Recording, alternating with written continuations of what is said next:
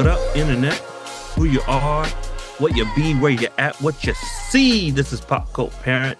Your favorite podcast is back on the airwaves, and I'm one of your hosts, Mark M.F. Jones, and I am always joined by... This is Niels R.Y., a.k.a. We will not give into the night. We will not vanish without a fight. We're going to live on. We're going to survive. Today, we celebrate our annual Pop Cult Parent March Madness tournament. He did it! The crazy son of a bitch did it! Nice. And this is Shannon, aka My Soldiers Rage, My Soldiers Scream, My Soldiers Fight. Damn! Hey, y'all are coming with some heat today with the AKAs. Dang. Yo, Shannon, then we were about to have a moment because I was very close to picking that speech. Yo, for real, like I come up with like 3 or 4 AKAs because plenty of times I'm like, like if you go first, you taking the one. So we're gonna pick the same one, right? Yeah. Well, Shannon, this is one of the rare moments at Pop Cult Parent where you are not outnumbered by Qs on the podcast. I am excited, ladies and gentlemen of the Pop Cult, to welcome our guest. He is a leader. He is a pop culture menace, and he is my brother. He has seen, like almost if he hasn't seen every movie on the planet, he either owns the movie. So like he's amazing. And yes, he's my brother, even though he's a Sigma. Ladies and gentlemen, welcome to the Pop Cult, Mr. Gavin Ware. How are you doing, Gavin? I can't do AKA bow. Welcome to Earth. Come on. I had to follow it. No, that banned for time. No, that works, brother. That works. Hey, let's just keep quoting Independence Day for the rest of the show. Like I can do this all night. This is slowly becoming an Independence Day podcast. Gavin, but yes. So Gavin, look, we're excited to have you. If those of you who know Gavin, you know that this is long overdue. It is a shame that we have not had Gavin, but you know what? We're going to make up for it because this is going to be a special episode and Mark will talk about it later. But Gavin, we picked the right one for you, but welcome, brother. We're excited to have you. Appreciate y'all having me. I've been a fan. I'm so excited. I've been waiting. I've been sending GIF to Niels like, yo, is it my time? I'm ready, son. Just like tag me in. I'm so ready. So I appreciate y'all. Thanks for being here, dog. Yeah. Happy to have you, bro. All right, y'all. Before we jump into the episode, there's some stuff we got to acknowledge. So if y'all don't know, our most recent episode was on the X-Men animated series. And we shared a few clips on social media from the episode. And I just got to say, there's a group of Cyclops fans out there who have been waiting for this moment. There's some folks who have just felt like their boy has been wrong for 30 years. And we brought something up. And it really touched the spot for them. So I just want to say, like, we can also make Pop Cult Parent a Cyclops support group because a lot of y'all have been hurt and felt like your boy has been wrong for so long. And we clearly hear y'all. You all have adamantly been sharing that clip and that post. And there might be a whole bunch of new Pop Cult members here just from that. And so we say welcome to the Pop Cult. We're excited to have you. But yeah, y'all clearly felt something with that clip. Yeah, who knew like there was such a silent majority of Cyclops apologists, you know, or just supporters. Like it I don't know, Nels, you struck a nerve, and people are like, yeah, you know what? You know, like it's like we all matured and Wolverine's not the cool guy in the block, you know. It was like no. Cyclops was the man. Something happened in the narrative, some Mandela effect, and it's like this is not what it's supposed to be. Hashtag not my Cyclops. And so with that, there was also about 3 people who felt the need to say that either I didn't read any of the comic books, or I did not watch the show, or I have no idea what I'm talking about with some of the things that we were discussing in those social media clips. And I just have to say this, y'all, we had video evidence of everything we were talking about literally playing as we were talking. I wasn't picking on Cyclops. Wolverine was literally punking him in the clips. I wasn't picking on Jean. She fainted after using her powers for 5 seconds. The entire clip showed Jean fainting after using her powers for 5 seconds. What more do you want from me? I'm just telling you the truth. It was different. It was different, Nels. It wasn't like that, you know? We didn't make the show. The show is what it is. We're just saying what's happening. This is what happened. Y'all know how your phones kind of listen to what you're talking about? I remember watching that one, and I just saw a bunch of clips of Jean Grey just falling out every time she used her powers or just being left behind. Oh, I moved it. Oh, Scott. Oh, like it was in real time. So yes, justified. I agree. Yeah. And if you go in, like, just go on YouTube and just type in like Jean Grey X-Men or whatever, you can find 10, 12-minute long videos of just various scenes of her passing out from using her powers. Yes. Scott, help. Wow. Oh, yeah. Wait, I got it, Scott. Oh, wait. Again. It's too much.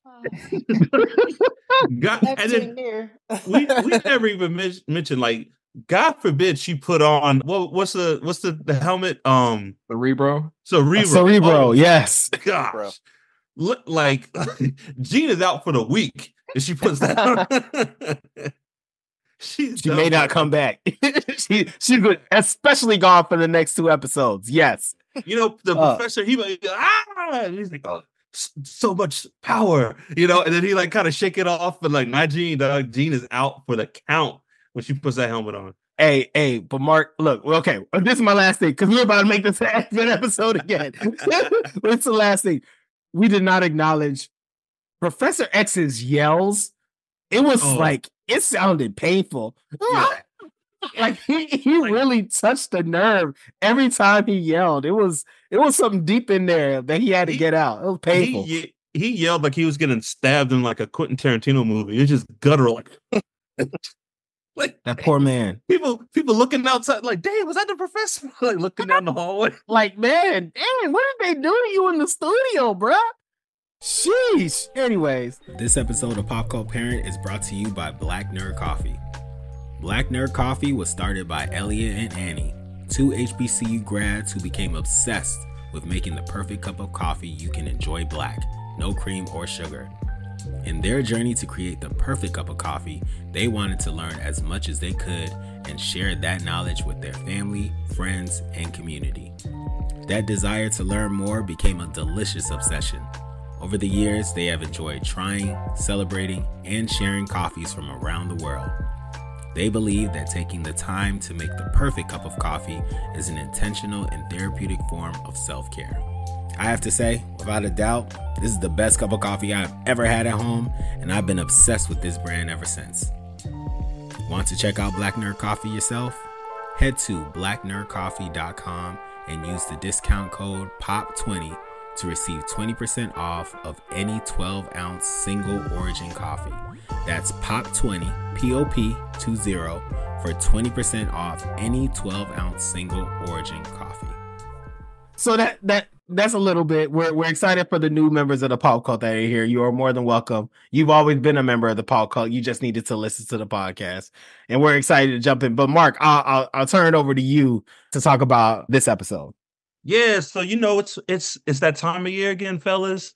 It's time to get your highlighters to match your ties, you know, and it is March Madness. Thank you, Des. I'm a smoker. I'm glad you got that. That was great. It is March Madness time, so we always like to do some type of bracket, you know, throughout history of the podcast. We did the fathers, and then what was another one we did? We did the actual basketball tournament. Fictional basketball players. Fictional basketball players. And so now we're like, you know, what's a good topic to do for March Madness? And just the topic of leadership came up.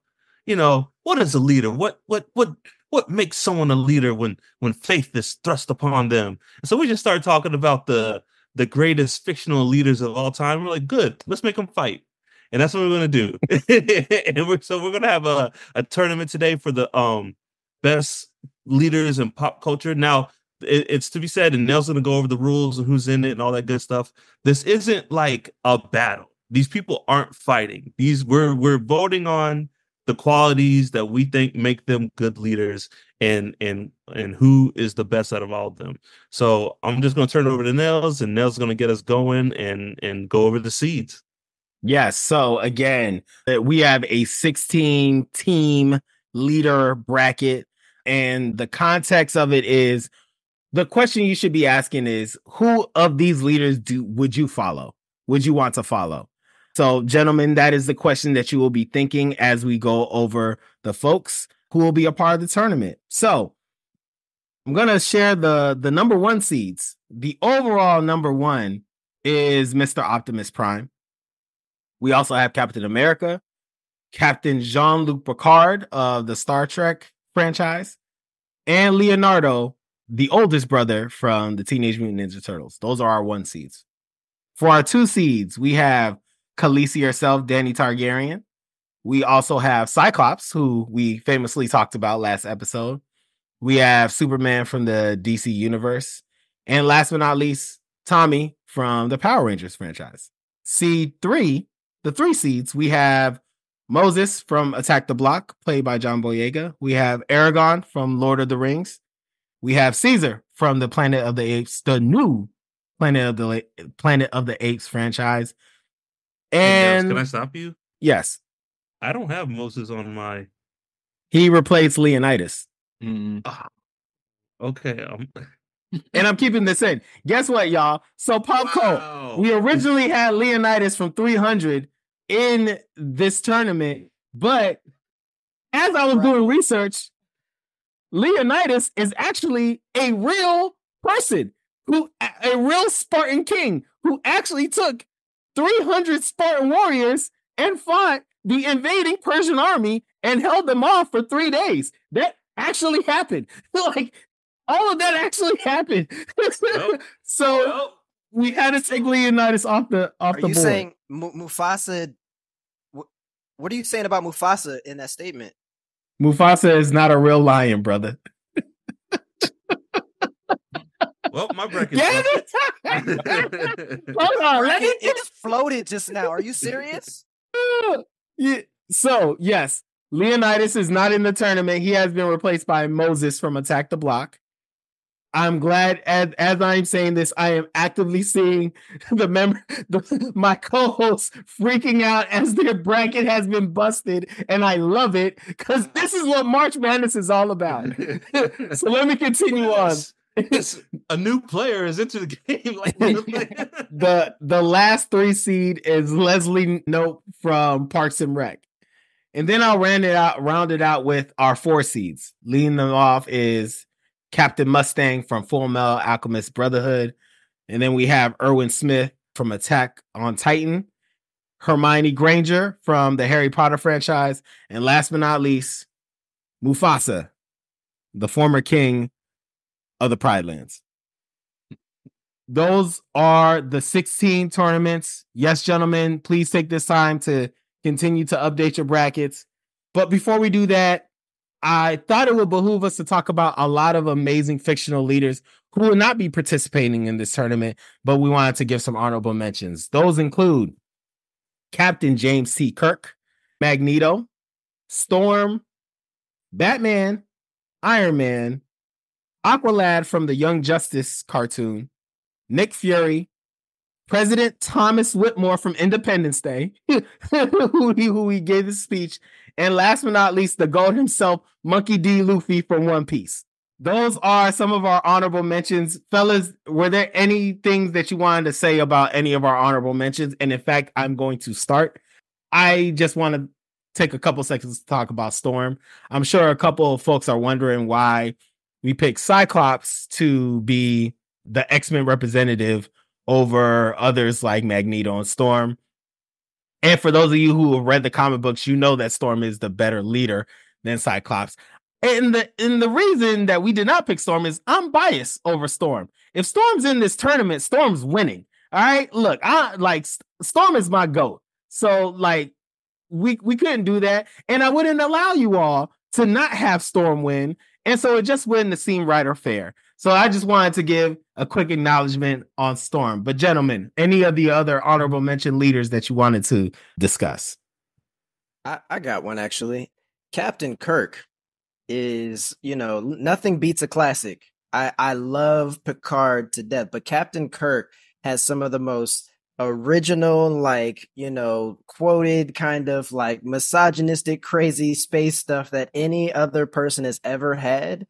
And granted, Picard may be somebody we want to send home to mom, but Kirk was the first Enterprise captain that we all can appreciate to argue with Spock, who was probably his conscience if we actually talked about it. So the fact that he's not here, I do get we elevate Picard because we're all 80s babies here, but dang, that one. Oh, no. That was Kirk, a little bit. No, Gavin, Kirk's not in here because Kirk's in the Hall of Fame. Oh, you know what I'm saying? His jersey is retired. When we do our honorable mentions, those are players in the Raptors. We don't even it's like, nah, we're not even it wouldn't be fair. It'd be like putting Jordan in a one-on-one tournament. Why would we do that? Out Bruce Wayne, I get it. That's why Batman is not in the tournament. Correct. Yes. Here. Yes. Then now we're back. I'm good. Gotcha. I'm also thinking of Captain Kirk. Just mentioned that. So whenever somebody says that phrase, they're like, I treat everyone the same. I don't care if you're black, white, green, yellow, and usually that's when you're like, whatever. You're probably sort of racist because you know. But I'm like, I say that because Captain Kirk was the epitome of that. He's like, look, if you fine, I'll get with you. I don't care if you're black, white, green, purple.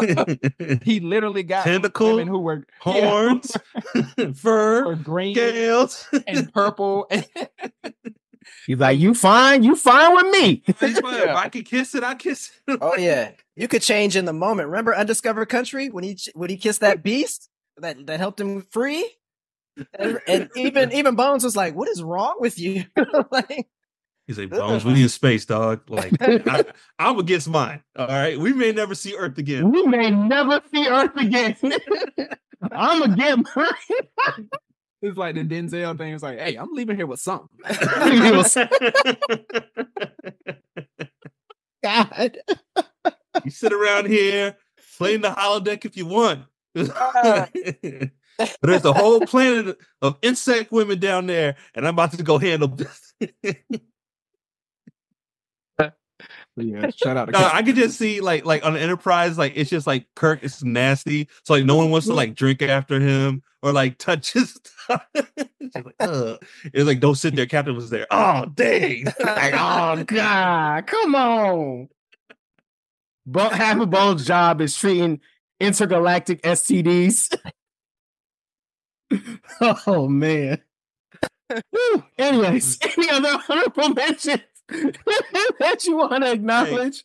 Hey, I just want to say shout out to the soon to be King of the Pirates, Monkey D. Luffy. It's a shame we couldn't have him on here, but we'll definitely be talking about Luffy a lot more on this podcast. But I think it was today Luffy won the Crunchyroll Anime Awards for Best Main Character. Yeah, amazing. What else hasn't he done besides become King of the Pirates? Yeah, Luffy is the GOAT. I'm a fan of Luffy. I don't know, gentlemen, Gav, Shannon, I don't know if y'all dived into the world of One Piece. If you haven't, I either suggest stay away for the rest of your life or just jump and dive in and embrace it. Because I don't watch anything else, y'all. I do not watch anything else. All I watch is One Piece. And whatever my kids are watching, that is it. So Nels I'm into One Piece, right? But now Nels is into One Piece. Nels is like, yo, this happened. I'm like, how do you know that, dog? It's like the manga's not even out yet. He's like, well, I read the translations before the translation. Like the bootleg, someone. I read the bootleg translations before the official translations because I couldn't wait 2 days. Yes.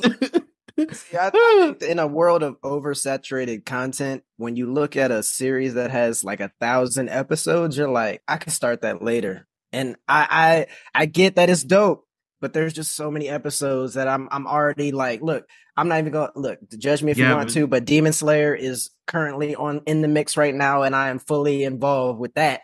But I look at One Piece, and I'm like 10 like 1,000 episodes? Like, nah. I understand. I hear you. Gavin, let me just, and then we'll start talking about One Piece. See, Gavin, you should have said nothing. You shouldn't have said nothing. We got answers to your questions, Gavin. You should have said nothing. Say this, all right? Two things. When you break down the intro and the outro, One Piece is a breeze of a show. It's like what Nels, like 18 minutes, give or take. It's a breeze of a show. It is. I know it seems like there's so much, but it is a really easy show to get through. Here's the other thing, Gavin. I'm gonna tell you. So right now is the best time to get into One Piece because in maybe 3 to 4 years, we're gonna find out what the One Piece is. Luffy might become king of pirates, and like the fandom or like the anticipation that you could be a part of is gonna be gone. And Nels, maybe you could explain. It's like there's something about being a One Piece fan right now that like you will never experience this again once the series is over and you come back into it. So that's all I'll say about it. If you really want to enjoy it, you got to get into it now because once it's over, you still enjoy it, but just that like that internet camaraderie, the message boards, like yo, this, the theories, you won't have that anymore because we're gonna know everything. It's like when Game of Thrones was coming out and each week we uncovered a mystery, except imagine it going on for 20 years and there being so much mystery, but you are in the writing is we're not going to turn this into a one. Wait. So if I had to ask one question, remember the most recent resurgence of Dragon Ball with Super? Yes.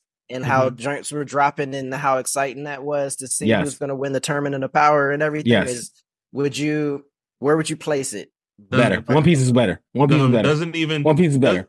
The Dragon Ball Super doesn't even compare to like the worst arcs in One Piece. Are there any fillers?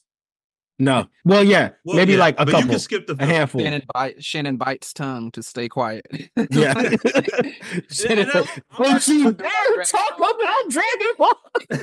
But that's how good One Piece is. Now, look, I love Super. I really enjoy Super. I think I like Super maybe a little bit more than like I might have enjoyed Z.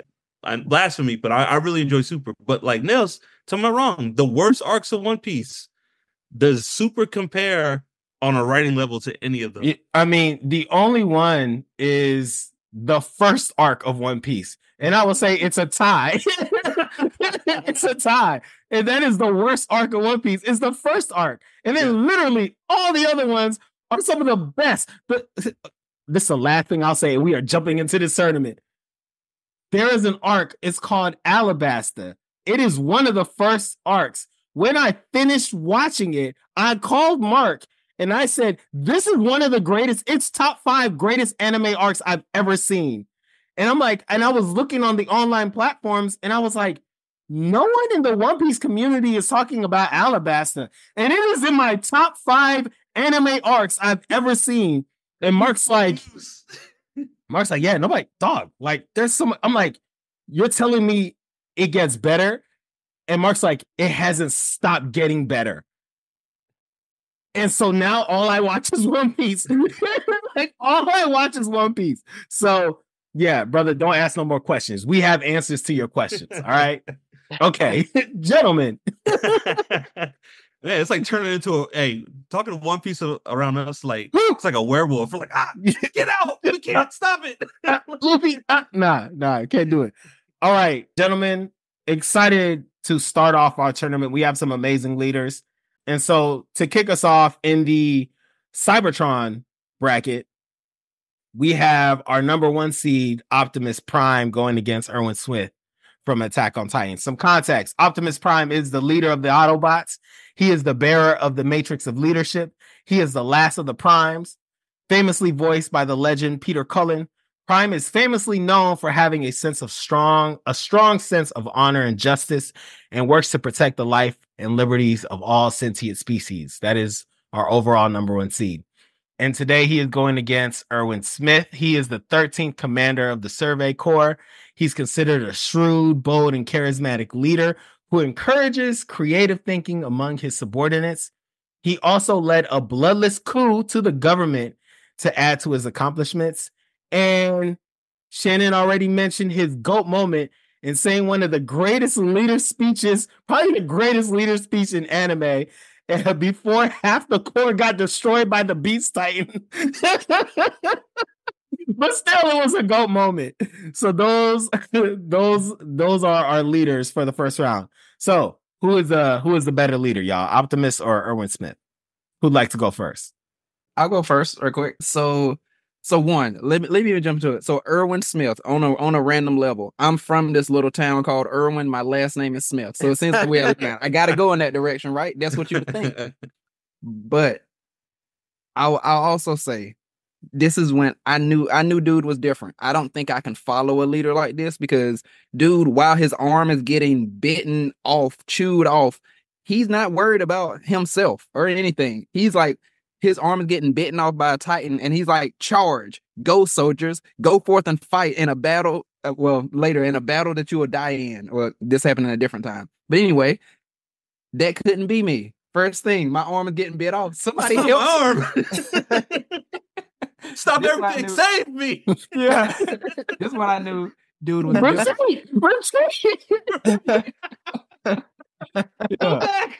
It's not worth it. Y'all, stop.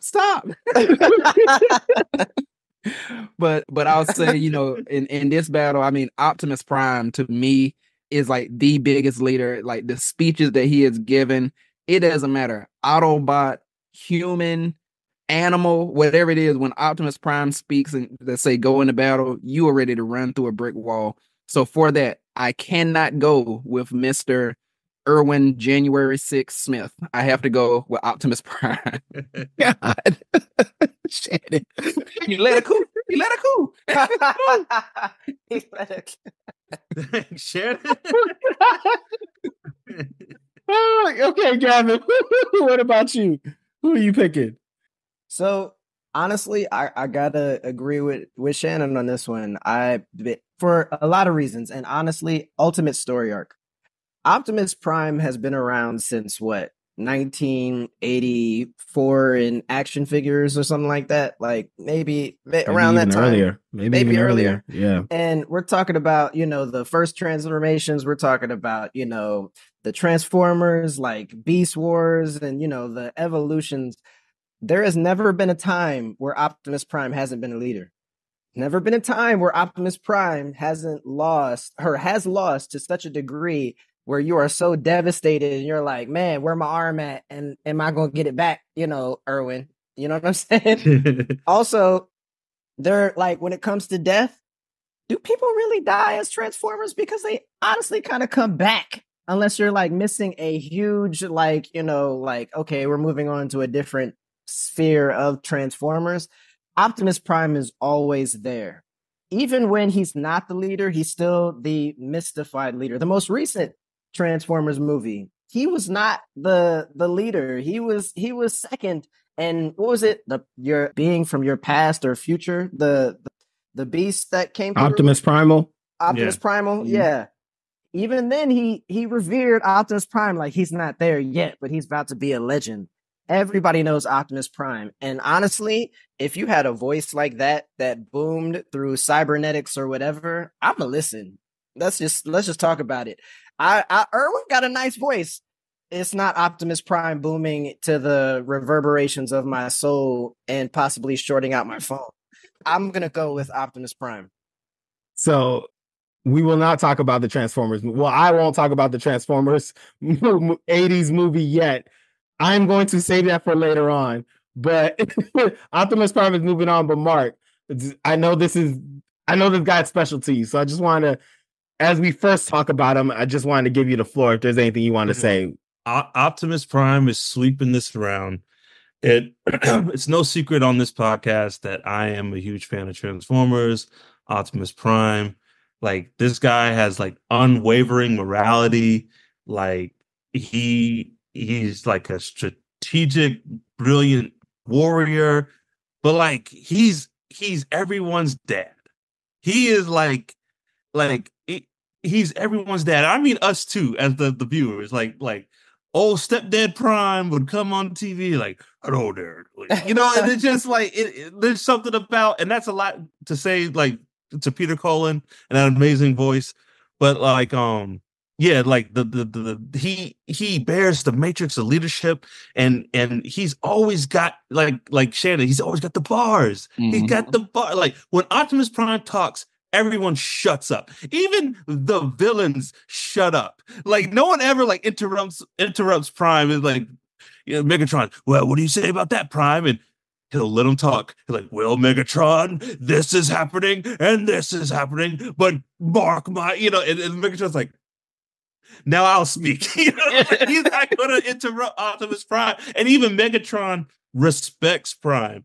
Like he hates him. He wants him dead, but he respects him. And he's just such a great leader. And in all the Michael Bay movies, whenever he talks, every Michael Bay Transformers movie, there's a segment where that music starts slowing up, the camera starts low, and Prime is like, this day is the day.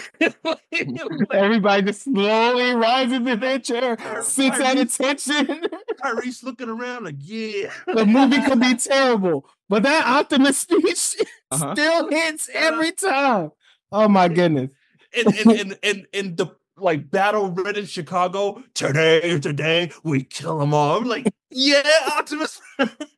Goosebumps. But just to wrap it up, like I think he's a great leader. And to talk about Erwin, Erwin, he's like like you said, Shannon, unbroken focus on being a leader and his soldiers. But I think his single-minded pursuit of finding the truth out. Like and it wasn't easy, but he is willing to sacrifice sweeping amounts of the soldiers for the greater good. And it was needed, but I think he's so tunnel vision on getting to that key, that getting air into that room and finding the truth that, he slips up a little bit in his leadership. But I got to give it to Optimus Prime, man. I won't talk that much about anyone else in this turn. It is fine because again, we have yet to talk about the Transformers movie, so there will be more about Optimus Prime, but he is moving on to the next round.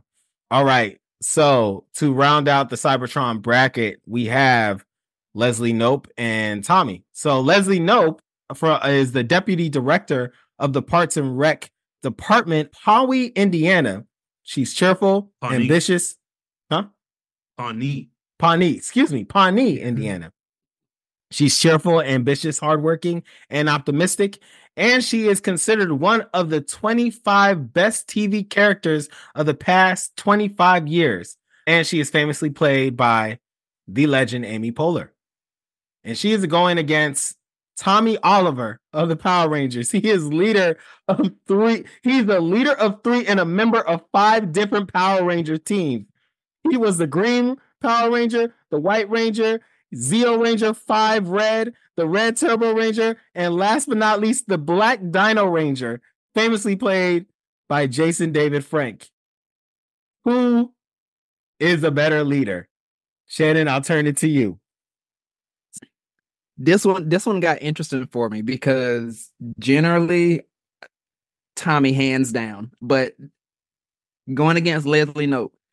Leslie Knope was someone or is someone who gets the job done. It does not matter what it is. The pride of Pawnee, she gets the job done. And just the way she engages in terms of making the rest of her staff, the characters and everybody better. She expects like the best from them. She does do a lot, but with that, she's a leader who is like, I will get my hands dirty. I'll do all the things. I'll push you to be better. And it's like infectious. Like even when people are like, I don't really care about this, they see her passion for it and they get involved and get into it too. And I feel like that is a leader. So I chose Leslie Knope. All right, Mark, I'll turn it over to you this time. Yeah, man. This was a hard one too. Tommy, that come on, man. That's childhood 101. Tommy Oliver, but he started as a villain. Let's call spade a spade, but he came back and he led the Rangers.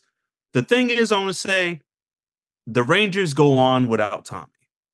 Like they go on and they're still successful, and maybe even some teams are even better, arguably, than Tommy's team.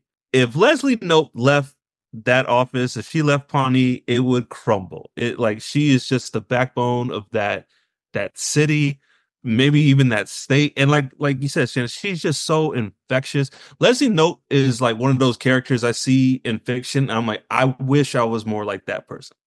Because she's just so determined, hardworking.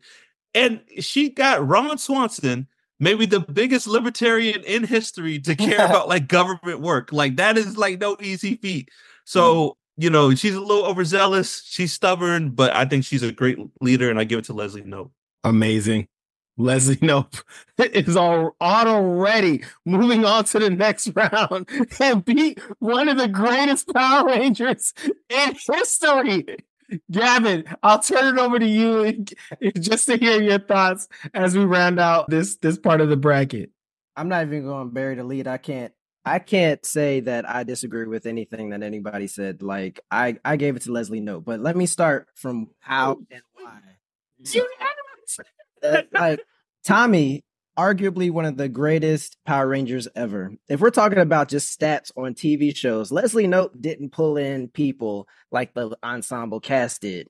Tommy single-handedly resurged the Power Rangers franchise to the point where he was supposed to be a secondary character that got invited back after the fact. Yep. So he was very popular. However, I agree. He left and the Power Rangers continued on. Leslie Knope leaving Pawnee at any moment in that whole story arc would never have worked. And Perkins left. That's right. Leslie Jones left. And the Pawnee franchise and the whole town kept moving. And one thing, the most glaring thing that none of y'all said, and I'm so glad because I'm glad I could say it. If Pawnee got destroyed as much as Angel Grove did, Leslie Knope would never have been president. Can you imagine? And if Tommy's identity was known, he would have been arrested for how many times he failed Angel Grove. And he was like almost a murderer, like way back when. He was only stopped by the Power Rangers. They're like, wait, you're good now? Oh, no, let's talk about those crimes you committed, sir. Those crimes against humanity. Like arson, explosions. Like, let's talk about that. You're a domestic terrorist, Tommy Oliver. Breaking and entering. Let's talk about your giant dinosaur that destroyed the Ninth Ward.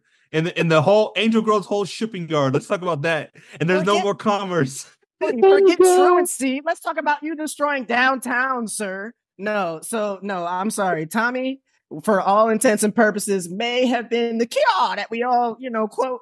But Leslie Knope is the leader that I know wouldn't get, taken over by an evil cult and then starting to destroy my city. I would feel safer in Pawnee than Angel Grove. So I got to go with Leslie Knope. Mr. Oliver says after destroying downtown Angel Grove, you went to a juice bar to work out. You know who I am? Yeah. No. I'm sorry, y'all. There's a part of me that is imagining Leslie Knope as the Red Ranger. Hey. Tommy would have been so much better. Oh my goodness.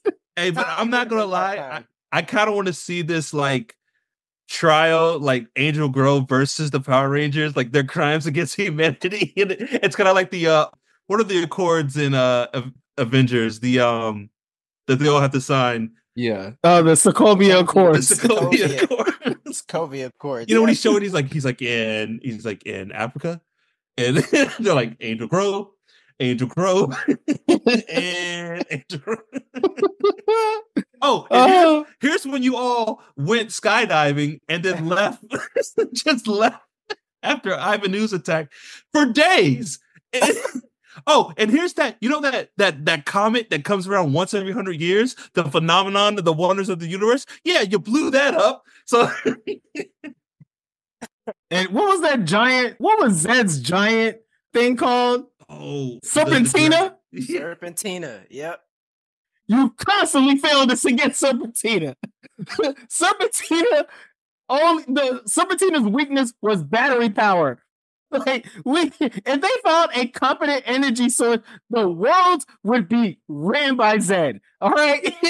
And then they bring in like other like eyewitness, like surprise witness and footage. Like, look at these nice 3 kids in this town with these Beetleborgs. They keep all their fights in this secluded haunted house. They just nice, no, nice and safe. No damage, no issues in the city. They ain't facing nothing. There's monsters in this town, and these kids keep these monsters in this house. Why? Why can't you be like the Beetleborgs? The town has a Dracula, a werewolf, a mummy, a genie, and random comic villains, and they're all in a 3-block radius. They never mess with any other people. The Beetleborgs are a treasure. They're a treasure, and we do not acknowledge their greatness. I'm just saying. Anyways, let's move on to the next round. So it's gonna be Optimus and Leslie. So we're gonna move on to the next bracket, which is the Starfleet Academy bracket. So we have Captain Jean-Luc Picard versus Mufasa. So Captain Jean-Luc is the captain of the Federation starship USS Enterprise. He's arguably the greatest of the captains in the Star Trek universe, according to Niels R.Y. No shade. He is famously played by Patrick Stewart, and Picard is depicted as a deeply moral, highly logical, and intelligent. Picard is a master of diplomacy and debate who resolves seemingly irretraceable issues. So that is Captain Picard. And he is going against Mufasa, considered one of the wisest rulers of Pride Rock, even though he never knew that his brother was plotting against him after all those years, but whatever. He's considered just, wise, a responsible leader, and a gentle but firm father, and a strong and fierce protector when provoked. And he is famously voiced by James Earl Jones. So, who would you say is the better leader? And Gavin, I will turn it to you first. So, I'm glad it's not Black History Month, because I got to give it to Captain Picard and not the African father. So you are the wisest man in all of Pride Rock. You don't know your brother's creeping on you like that, like at all. Like this has been Scar your whole life. If we had gotten the backstory about Scar, I'm sure Mufasa had been involved. I bet you money that Scar was Scar because Mufasa had been involved, and that was only part of his envy of his brother, also being the king of Pride Rock. But Gavin, I don't want to interrupt you, but we actually do get the backstory of Scar. We do. It is in a TV show called The Lion Guard, one of my kids' favorite shows, and they give you the backstory of Scar. His name was not Scar because Mufasa made fun of him after he got the scar. The family started calling him Scar. So See? You are correct. That's you are some correct. sibling stuff. See, and even that's another L for him. No. So you can't go with Picard. Let's talk about Picard. Picard has how many Enterprises? Pride Rock got blown up one time. Mufasa died. We've been through Enterprise A, B, C, F, G, and H. And that thing comes back better than ever every time. And they win every time. Every time. Captain Picard all day, every day, hands down. Mufasa, you should have looked left when you ducked right. No. You left Simba and me. I'm sorry. It just still hurts. No, Picard never left us. He even gave us a TV show. Mufasa was around for one time and he changed our whole lives. No. We've gotten generations of Picard. Picard is over here 80 years old, resurrected in a new TV show, not even human, and he's still going. No. Still trying, still going. Hands down. Yeah. I'm sure. Gavin had some feelings about Mufasa that he needed to let out. And I'm glad you had this platform. I wanted somebody to ask me for a long time. Okay. How old is Picard now? You said he's like 80? No, he's he's got to be 80, 90 years old because he's still living in the TV show. And that's not even his real body. It's a whole, my God. Yeah, it's a great I'm so tired, number one. So tired. with his hot Earl Grey. Mark your next. Who would you say is the better leader? Man, I wasn't even into Generations like that. I was a Star Wars kid. I couldn't appreciate Star Trek for what it was until I got older. But I always heard about Picard. Like I always saw this guy on TV on those UPN commercials, Star Trek at 9 o'clock, and it'd always be that bald dude. I was like, man, he must be somebody because he's always on these commercials. Yeah, like, and then like, going back to some of these movies and seeing them, like, yo, he's very intellectual. I think Picard is big on the pursuit of like wisdom and diplomacy, but like he will lay down the hammer. Like you come for his crew, like all bets are off. But he wants to be diplomatic. He wants to believe in what is it in Star Trek? The Federation, is that what they're called? And what they're doing. And I just remember like one episode I saw of Star Trek as a kid where like they went to the holodeck and somehow what's Sherlock Holmes's Watson? No, but his villain, Moriarty. Moriarty, yeah. Yeah, like somehow he became alive. And like this guy's like one of the most villainous people in all literature. And Picard's like, well, now you're a human now, so you can't be doing those bad things. And like he just like, I'm like, yo, this is like a virtual reality villain, and you're just like, well, welcome to Starfleet. And you know, he sees the best of people. And then Patrick Stewart, that guy's a legend. You know what I'm saying? So Mufasa, I like James Earl Jones. He almost won just because he's voiced by the legend. Yes. You know what I'm saying? Yes. But yes, like Mufasa, he wasn't checking his back, and he should have known better. And it's just you hate to, brother, help me. Like hurts every time, man. He's not even looking. Hurts like every time. Help you. He's just like, like he's not even like grab my hand. Mufasa. He's like, help me, brother. And that movie is 30 years old, and it still hurts seeing that happen. Still, because anyways. Even after he gave his brother the horrible name, he thought that like, oh, surely my brother will help me. But sorry, Mufasa, this goes to Picard.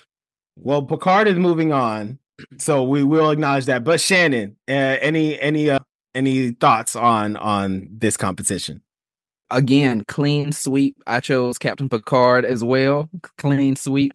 Just the quick thing I'll say, agreeing with what everyone said. Also, his ability as a leader to somehow allow people to have, I guess, short memories, because every time they would like, hey, we're going to just do exploration, and like things like we're going to maybe gather, plants and things and nutrients from this other place. Yet every time they would get attacked by someone, knowing their ship is not built for that, they have three options. We outrun them, we just let them keep shooting until they get tired because our shields, or we do our one little blast from the, from the one weapon we have. We do that blast. So they went into all these places under his leadership, knowing if we get into some trouble, these are our only options. Or maybe worst case scenario, what is the beam? I want to say hyper beam. It's not that, but like how they get transported somewhere else. What is that called? Yeah. The transportation. Energize. Yeah. Yeah. Or like worst case scenario, we all gotta vacate the ship and we can do that. Those are their options. And they went week after week, whatever, with him, sometimes going into battle, and that's all they had. Shannon, now that you say that just what was a monster, because he knew they had. Like, that shit was not built for war, and Worf was always like, let's go. I'm ready to fight. Let's go. Number one always had to check him. And he was like, nah, Picard, let's go. All right, cool. We can win. We can do this. Worf is a monster. Man. I love violence. So. All right. So, Picard is moving on. Mufasa. Yeah.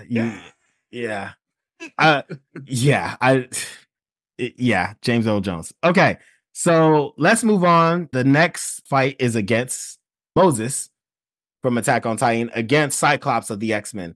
So Moses is a South London hoodlum who, during Guy Fawkes night, saves all of us from an alien invasion with a samurai sword and a firework. All right? He had those two things and he saved us. He saved all of us. Okay. And he's also played by John Boyega in the 2011 movie Attack the Block. And he's going against Cyclops, Scott Summers. He is the most prominent leader of the X-Men, one of the first students of the Xavier Institute, and he is a strong advocate for the protection of mutants. Cyclops is Cyclops. Y'all know about Cyclops. Y'all know who he is. So, who would you say is the better leader? And Mark, I'll let you lead first. You know, Nels, back when I thought that this was Cyclops versus Leonidas, I gave it to Cyclops.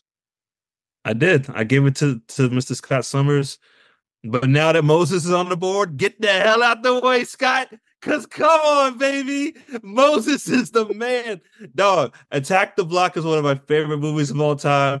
I almost named my son Moses because of that movie. Like, not from the Bible. From that character. Not from the Bible. That is hilarious. Like, I love that Moses is such a great character. I mean, I don't want this to turn into an Attack the Block podcast, but it very well could.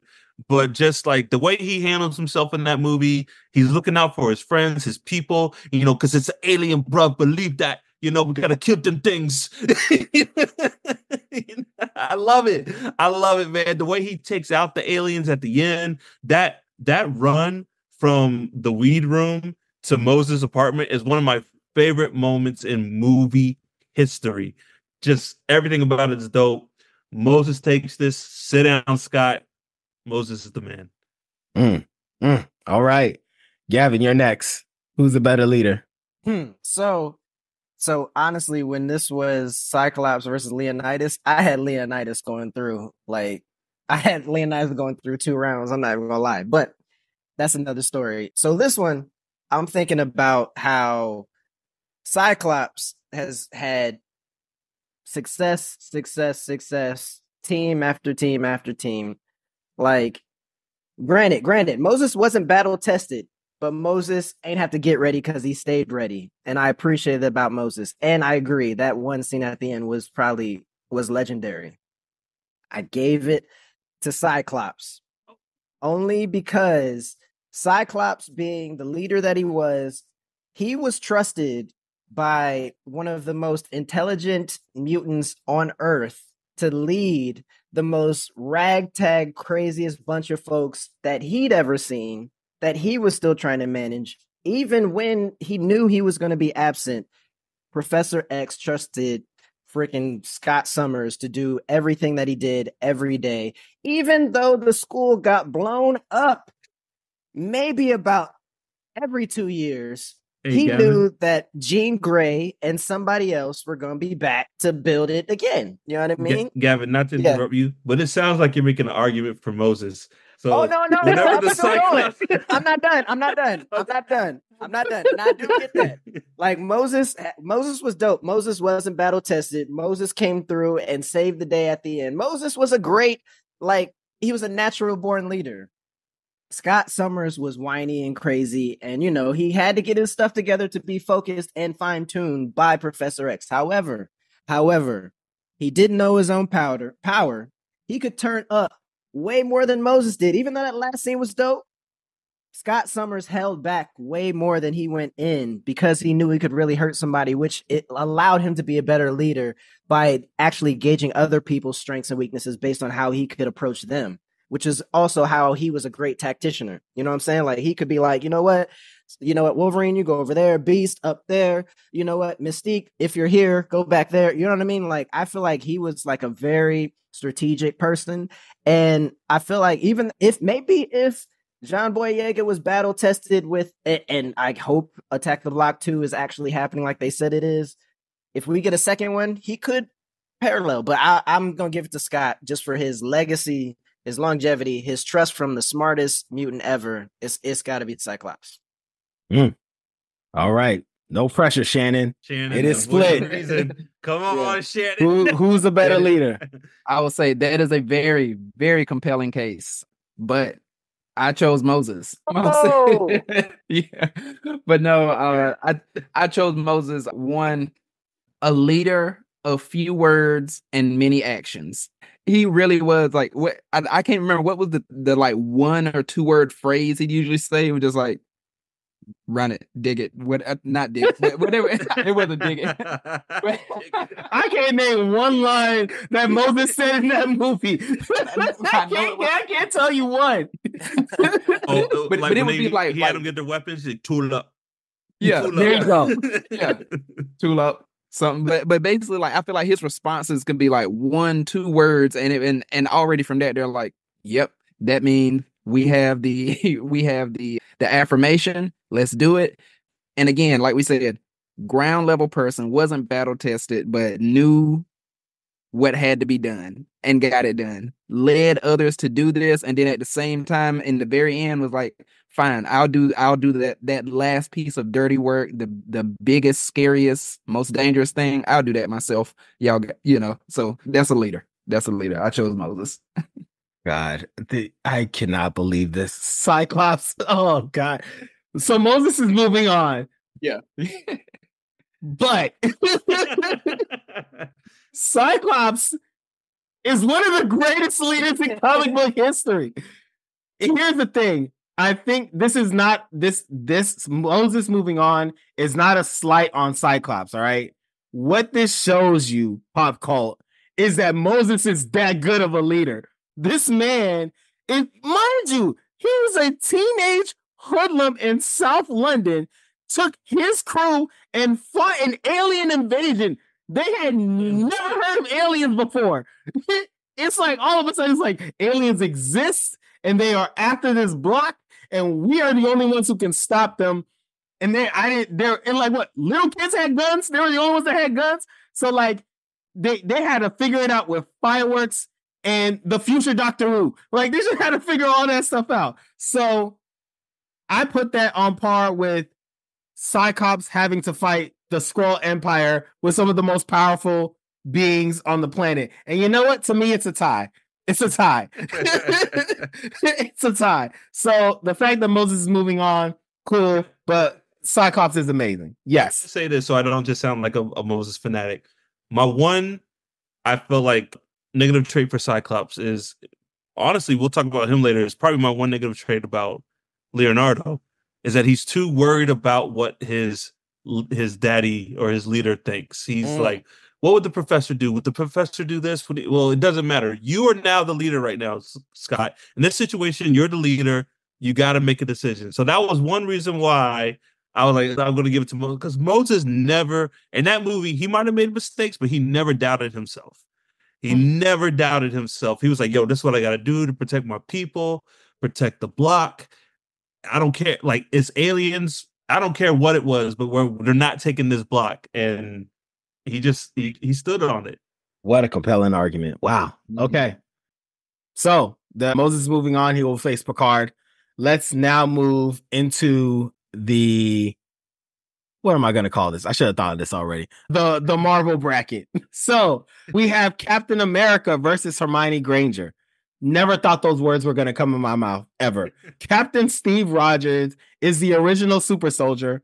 He led the Allied troops in World War II. He froze in a cave for decades, and as soon as he defrosted, he led a superhero team known as the Avengers. In addition to being considered one of the greatest leaders in the Marvel Universe, Captain America is known for his uncompromising purity and his ability to judge the character in others. And he is going against Hermione Granger, the mighty Muggle, the Gryffindor goat. Hermione was clearly the leader of the trio of her, Harry, and Ron. She made the plans, she cast the spells, she solved the problems, and she told Ron and Harry what to do. So yes, Hermione played a big role in why we are living in a Voldemort-free world right now. She is famously played by Emma Watson. So the question is, who is the better leader? Shannon, I'll turn it to you. So let's just mention them first. As you said, Hermione, Miss Granger, if you're nasty, she is clearly, like we said, she is clearly the leader. and just like all the things. I mean, dare we even say tactician as well? Like she is like clearly the leader, smartest, all of that. Captain America. When we get to Captain America, I feel like some of his speeches are to an extent on par with how I feel about some of the Optimus Prime speeches. Some of those being the leader, and again, at the end of the day, I mean, he's really just a super strong person, but yet he's fighting, things of like, monsters and all these types of things like this. Like at the end of the day, he's just a very strong human, but he has no fear. And let's not forget, Avengers Endgame, he was ready to take on Thanos and his entire army by himself after already having fought and gotten beat around and everything like that.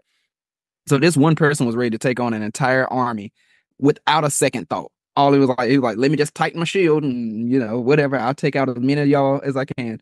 So I go Captain America. Captain America.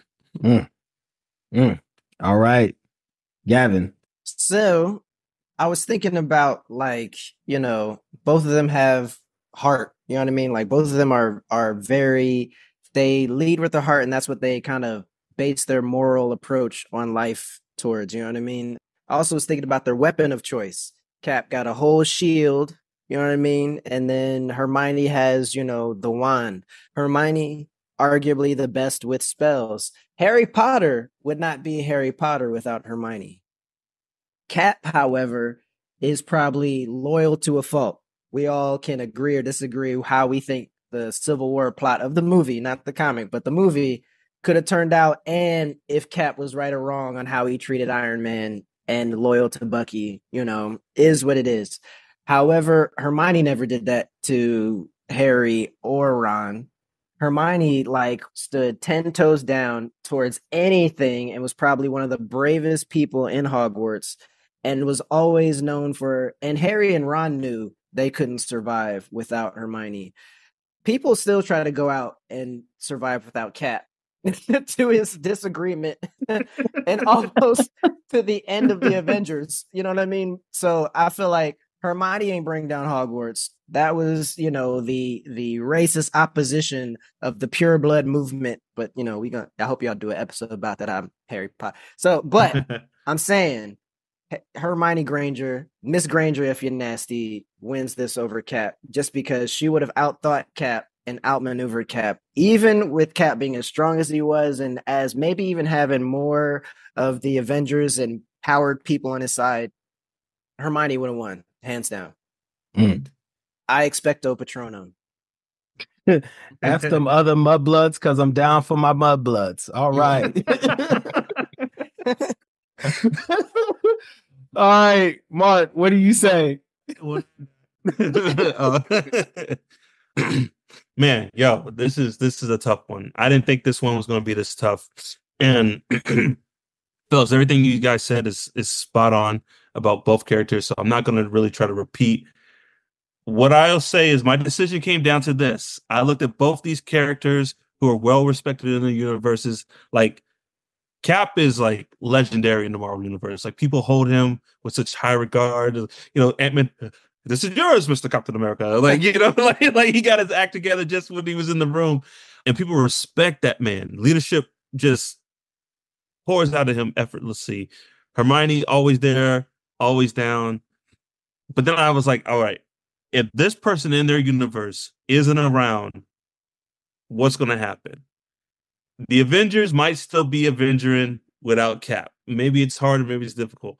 But no one's making it out alive of Hogwarts without Hermione Granger.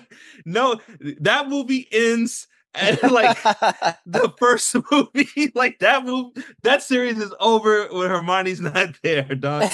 Multiple movies, she has got them out of it because of her knowledge, her skills, just being a good friend. The wizarding world, it's argued, exists in the freedom it does today because Hermione Granger is a person. I gotta give it to her. She's the better leader. Yo, I'm not. America lost. He's the greatest comic book leader in the history of comic books. And he just lost to Hermione Granger. And you know what? The arguments all make sense. Every argument made sense. I can't refute anything y'all said. I cannot believe this is happening. Damn It's it. Leviosa, not Leviosa. All right. And She was sarcastic and she belittled her two closest friends. But damn it, Voldemort would still be around if it wasn't for Hermione Granger. I cannot refute that. I can't refute it. Wow. Yeah, I was March like, hey, Madness, ladies and gentlemen. Yeah, I'm like, hey, I'm not even mad because I will say when you made that point, like if she wasn't there, the very first movie, it would have been Harry Potter and the end of the series. Like if she wasn't there, they would have an owl, like a black owl and a black envelope would have went back to Harry's house. Like, we're sorry to tell you that your nephew did not make it. Amazing. And there would have been an empty chair at the Weasley's house that Christmas. Ron would have been dead. Harry Potter and the gravestone. Come on, yo. That's hilarious. Anyways, all right. So Hermione is moving on. Next, we have Caesar from Planet of the Apes versus Superman. Caesar is an evolved chimpanzee. He's the son of Bright Eyes and James Franco. He's a leader of the apes. He has a compassionate nature while foreboding, excuse me, and his followers, he advocates for them to not kill innocent humans and those who don't seek them harm. And he is famously played by Andy Serkis. And he's going against Superman, Clark Kent, the symbolic leader of the Justice League, the Man of Steel, the last son of Krypton, the Man of Tomorrow, the big blue Boy Scout. You know who he is, the Superman. So, who is a better leader? And Mark, you were first. You know what, like, fellas, when I was looking at this, I was just like, man, Nails did some good picks. Superman, what does it say? He is the symbol of hope.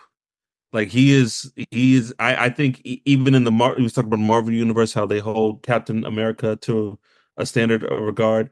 I think that is just, he's almost worshipped like a god in the DC universe. Like, he is hope. He is the beacon of a better tomorrow, the man of tomorrow. And maybe, correct me if I'm wrong, maybe the most selfless person on the Justice League when it comes to willing to sacrifice and give for his like fellow team and man and just sentient beings in the universe. I don't know, maybe, but there's an argument there for it. Caesar, man, I was like, damn, what a dope leader. Got his apes out the pen from Draco Malfoy and he just did what he did for his ape kind, like ape no kill, like he just wanted his apes to be at peace. But inadvertently, he did kind of destroy humanity and bring down the end of the world. So I'm going to give it to Superman. But no, I think Superman is just a better leader just because he wants the best out of everyone, and he puts the weight of the world, the universe on his shoulders. Caesar wants the best for the apes. Superman wants everyone everywhere to have hope, to have peace and prosperity, and that's why I give it to him. Okay. And Shannon, you are next. Yeah. So I will say, as a leader, bravery is a very important, characteristic. And so, we all know bravery is not necessarily the absence of fear, but it is, the power to, even with fear being there, to be able to overcome and go, go do what you got to do. If you are Superman, what do you have to fear outside of kryptonite and like David Blaine? Because like since like magic and mystical stuff is like his,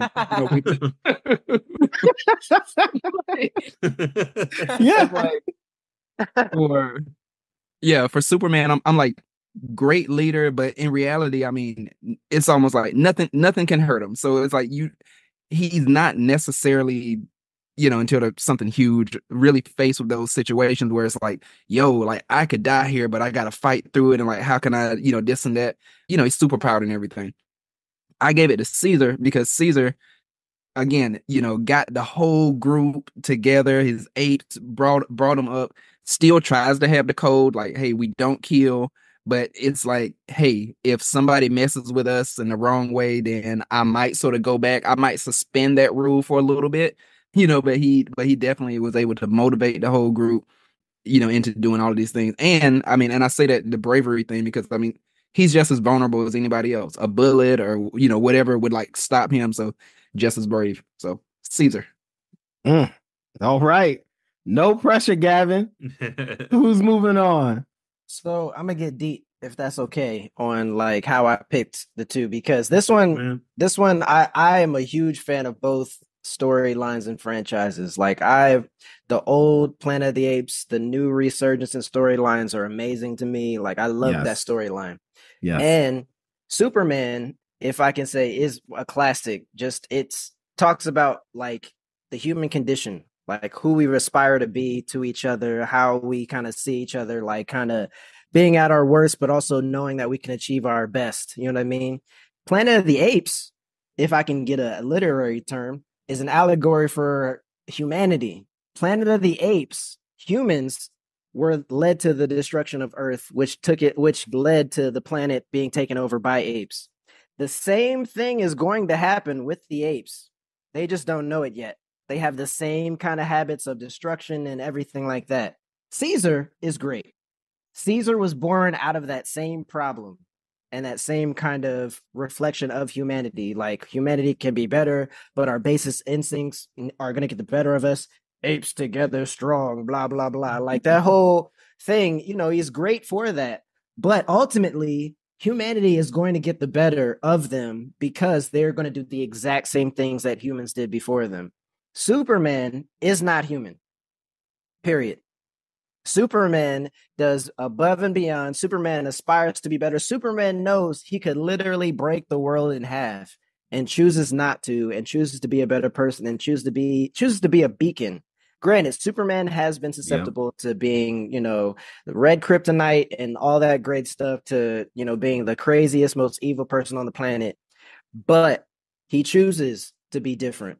I would say Caesar wields power in a great direction, but it also is at our detriment.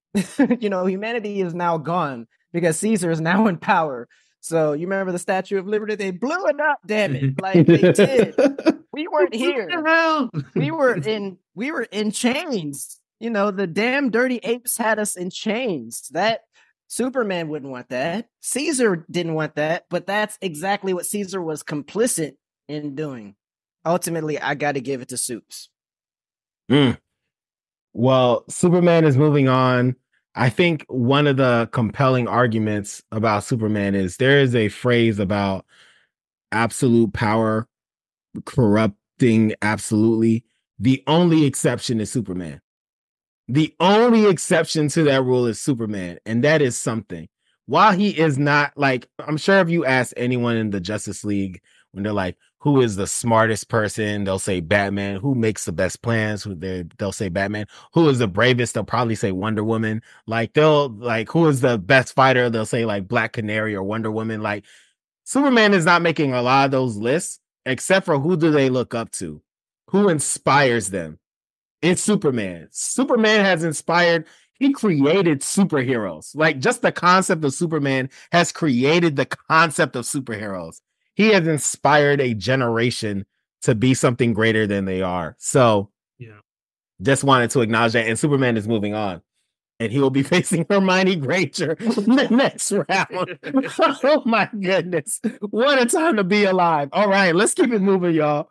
Next, we have in the sewers of New York bracket, we have Leonardo facing Captain Roy Mustang. So Leonardo is the double katana wielder, leader of the Teenage Mutant Ninja Turtles. He is known as the most mature and disciplined of the Turtles, displaying a stoic demeanor and a strong sense of responsibility. And he is going against Captain Roy Mustang from Full Metal Alchemist Brotherhood. Yes, I know he was also in Full Metal Alchemist, but we don't acknowledge that because we have Full Metal Alchemist Brotherhood. Why would we ever need to acknowledge Full Metal Alchemist? About the other one. Why? We got Full Metal Alchemist Brotherhood. Anyways, he is the Flame Alchemist. Mustang is considered outwardly arrogant and playfully manipulative, as well as intelligent and adaptable. But Mustang is down for the homies and took down the state military when they got Mace Hughes. So, he's like, you mess with him, you mess with me, y'all all going down. Anyways, here's a fun fact, Mark. I don't know if you know this. The English voice actor for Roy Mustang is Travis Willingham, who also voiced Ace in One Piece. So pretty much, this brother voices anyone that has to do with fire. Come on. What are the odds? Come on. Probably voiced the Pac-Man from Digimon. Like, just fire. Anyways, so that is the competition. He voiced Charizard. Yeah. That was him too. Yes. All that. So, who is the better leader? Shannon, you're first. So Captain Mustang, I gotta say, I am not as familiar with his game. I've just seen a little here and there. I know he like one snap, two people who I fear snapping, Thanos, and then of course him, because I did do a little research and I saw what he did to Envy. He really just like lit him up, and I was like, you know what? Nobody deserved that. I don't care what he did, the way he did him. It's pretty much all you need to know about Roy Mustang. If I want to be honest with you. Yeah, it's like, I don't care what he did. Nobody deserves that.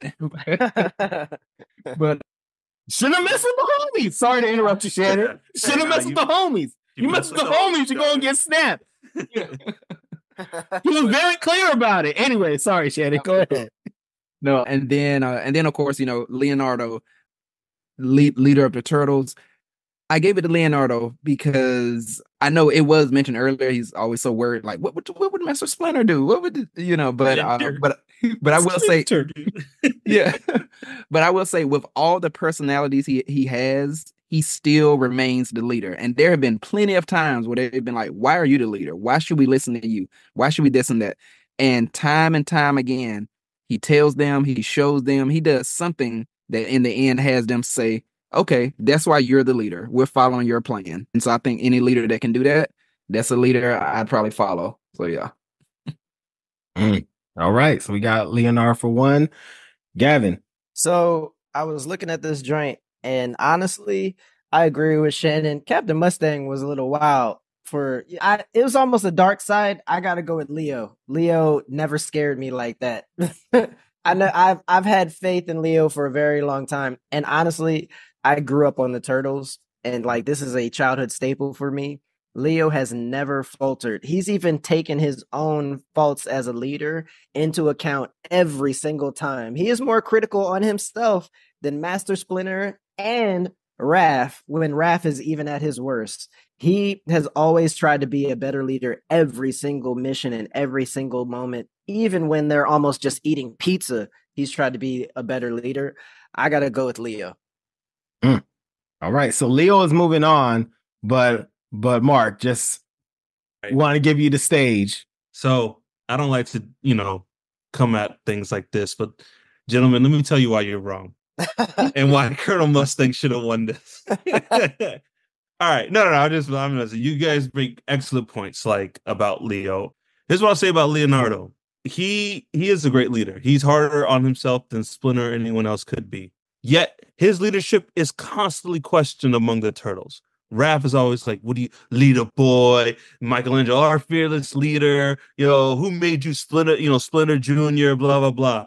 Constantly, no one ever questions why Colonel Mustang is in the position he is, and they never question his leadership. They follow because the people will die for this man. People have died for that man. Have died for this man. And then the journey of Colonel Mustang, right? This man accepts his sins, he was part of a massacre.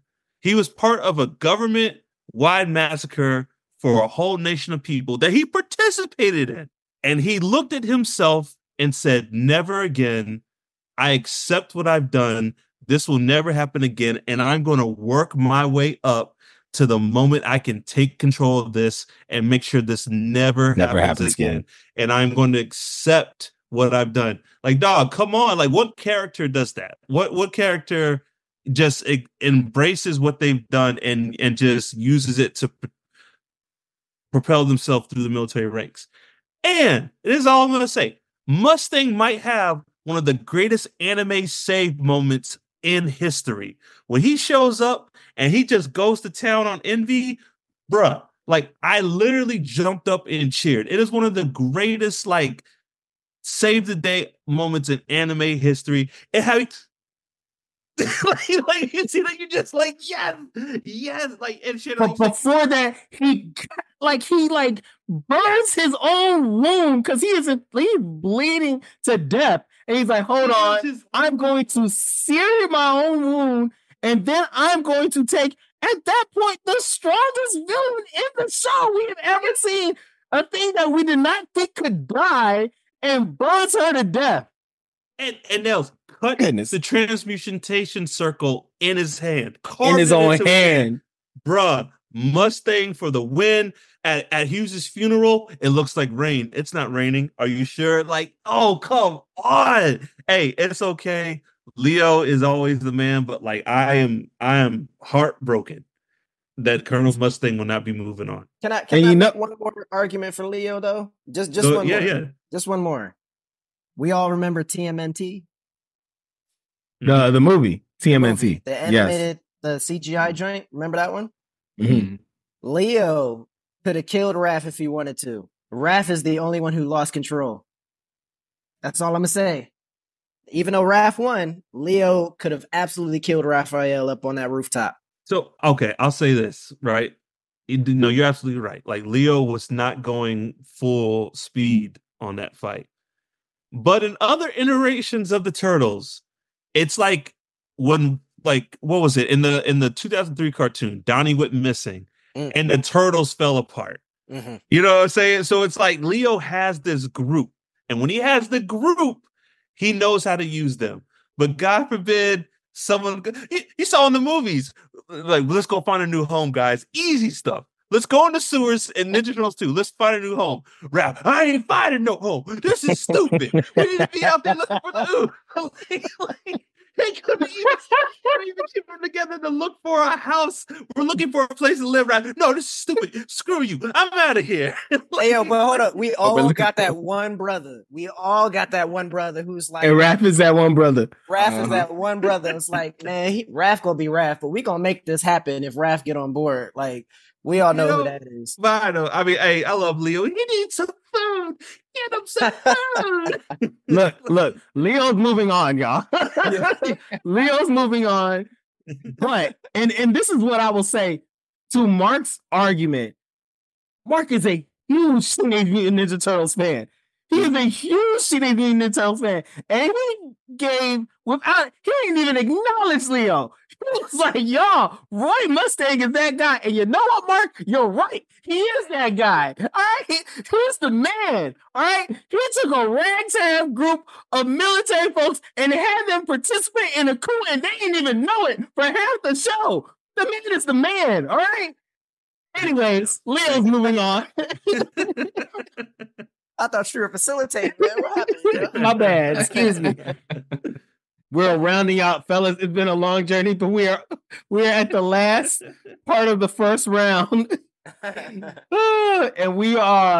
this is the fantasy quadrant. We have Dani Targaryen, Daenerys Targaryen, if you're nasty, versus Aargon from Lord of the Rings. So, Dani Targaryen, the unburnt Queen of Marine, Queen of the Andals, the Rhaenyra and the First Men, Khaleesi, the Great Grass Sea, Breaker of Shackles, Mother of Dragons. Y'all know who she is, famously played by Emilia Clarke. And she is going against Aargon or Strider, the Ranger of the North, heir of Isildur, the leader of the Fellowship of the Rings, and the eventual king of Gondor and Arnor. And no, I am not a Tolkien fan. These are just things that I know and I'm aware. The man beat look. This is why this man is on the list, and I will keep it moving. The man beat the forces of Sauron at Helm's Deep, all right? He held them back and beat them at Helm's Deep till them giant trees came through. And that is why Aargon is on this list. That reason alone is why he is on this list. Anyways, he is famously played by Viggo Mortensen. And that is the last game. The last game in the first round. So, Gavin, who is the better leader? So I love Aragorn, and I love Dani. I love the fact that Aragorn, was this his first introduction, his name was Strider. Like, oh, who's Strider? This mysterious guy who, has no affiliation. And turns out he turned away from his kingdom. Dani never did that. Dani wanted that kingdom. Dani wanted the Iron Throne. Dani burned the whole town for the Iron Throne. Dani found dragons, raised them up, and took over the Unsullied to get the Iron Throne. Aragorn was like, y'all going? I'll go. Who you going with? Oh, you going with the Fellowship? I'll go with the Fellowship.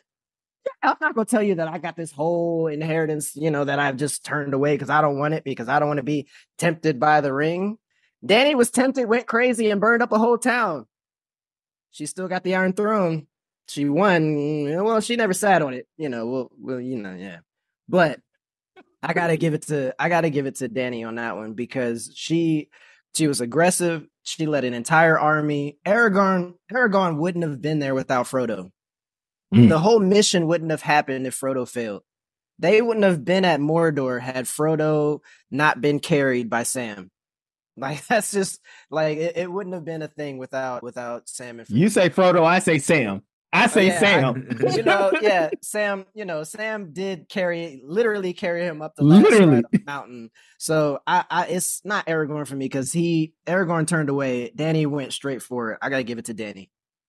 All right. Shannon, who do you say is the better leader?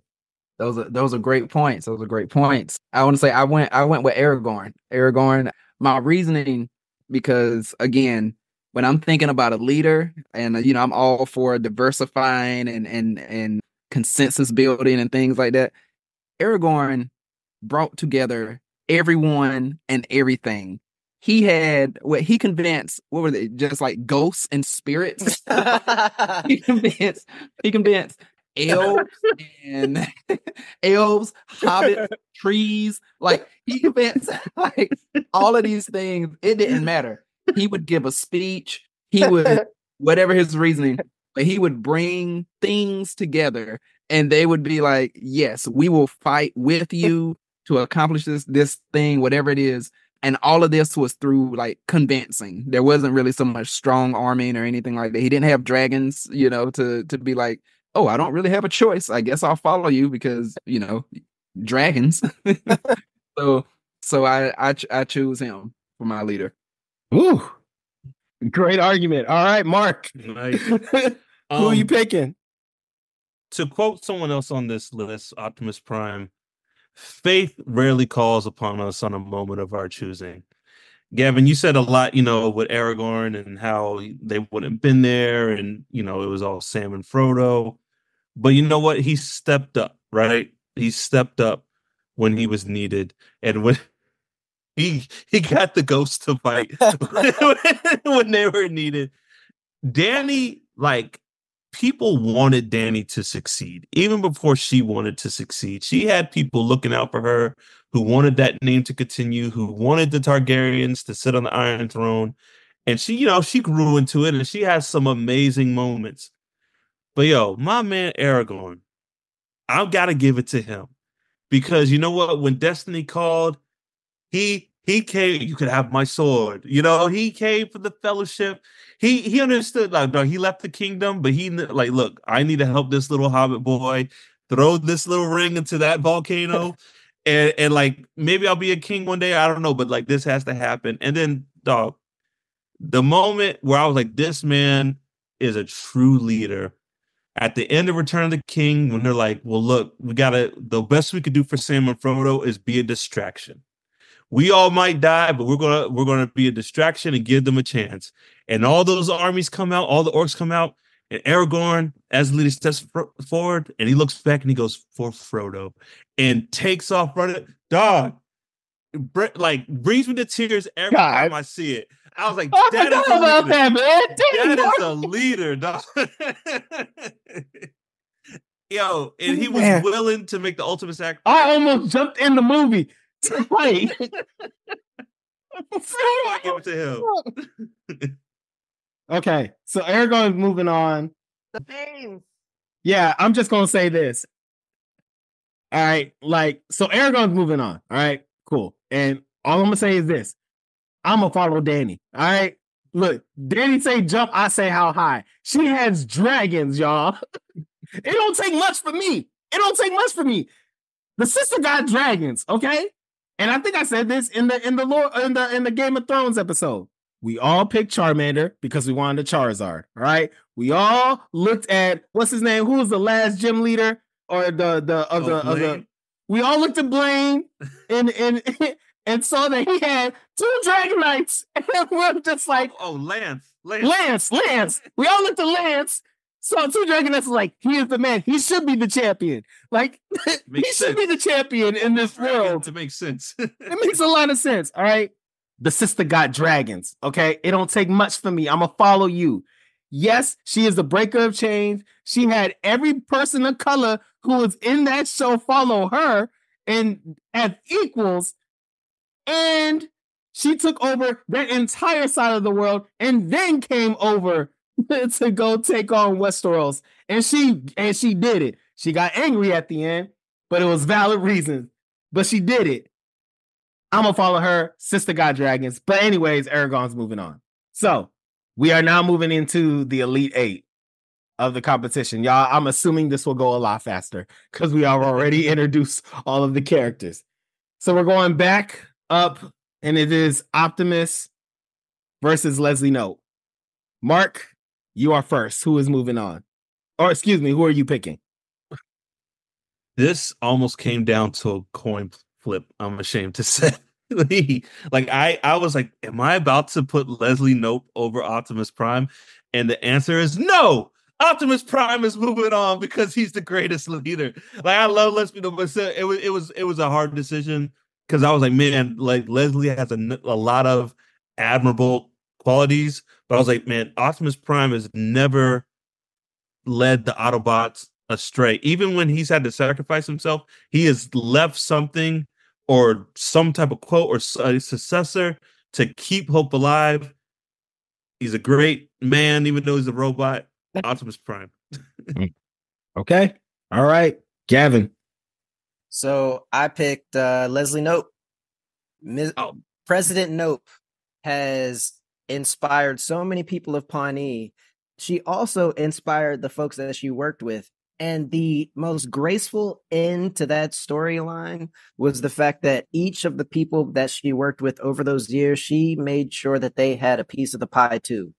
Ron got to have his perfect job, even though he couldn't identify it.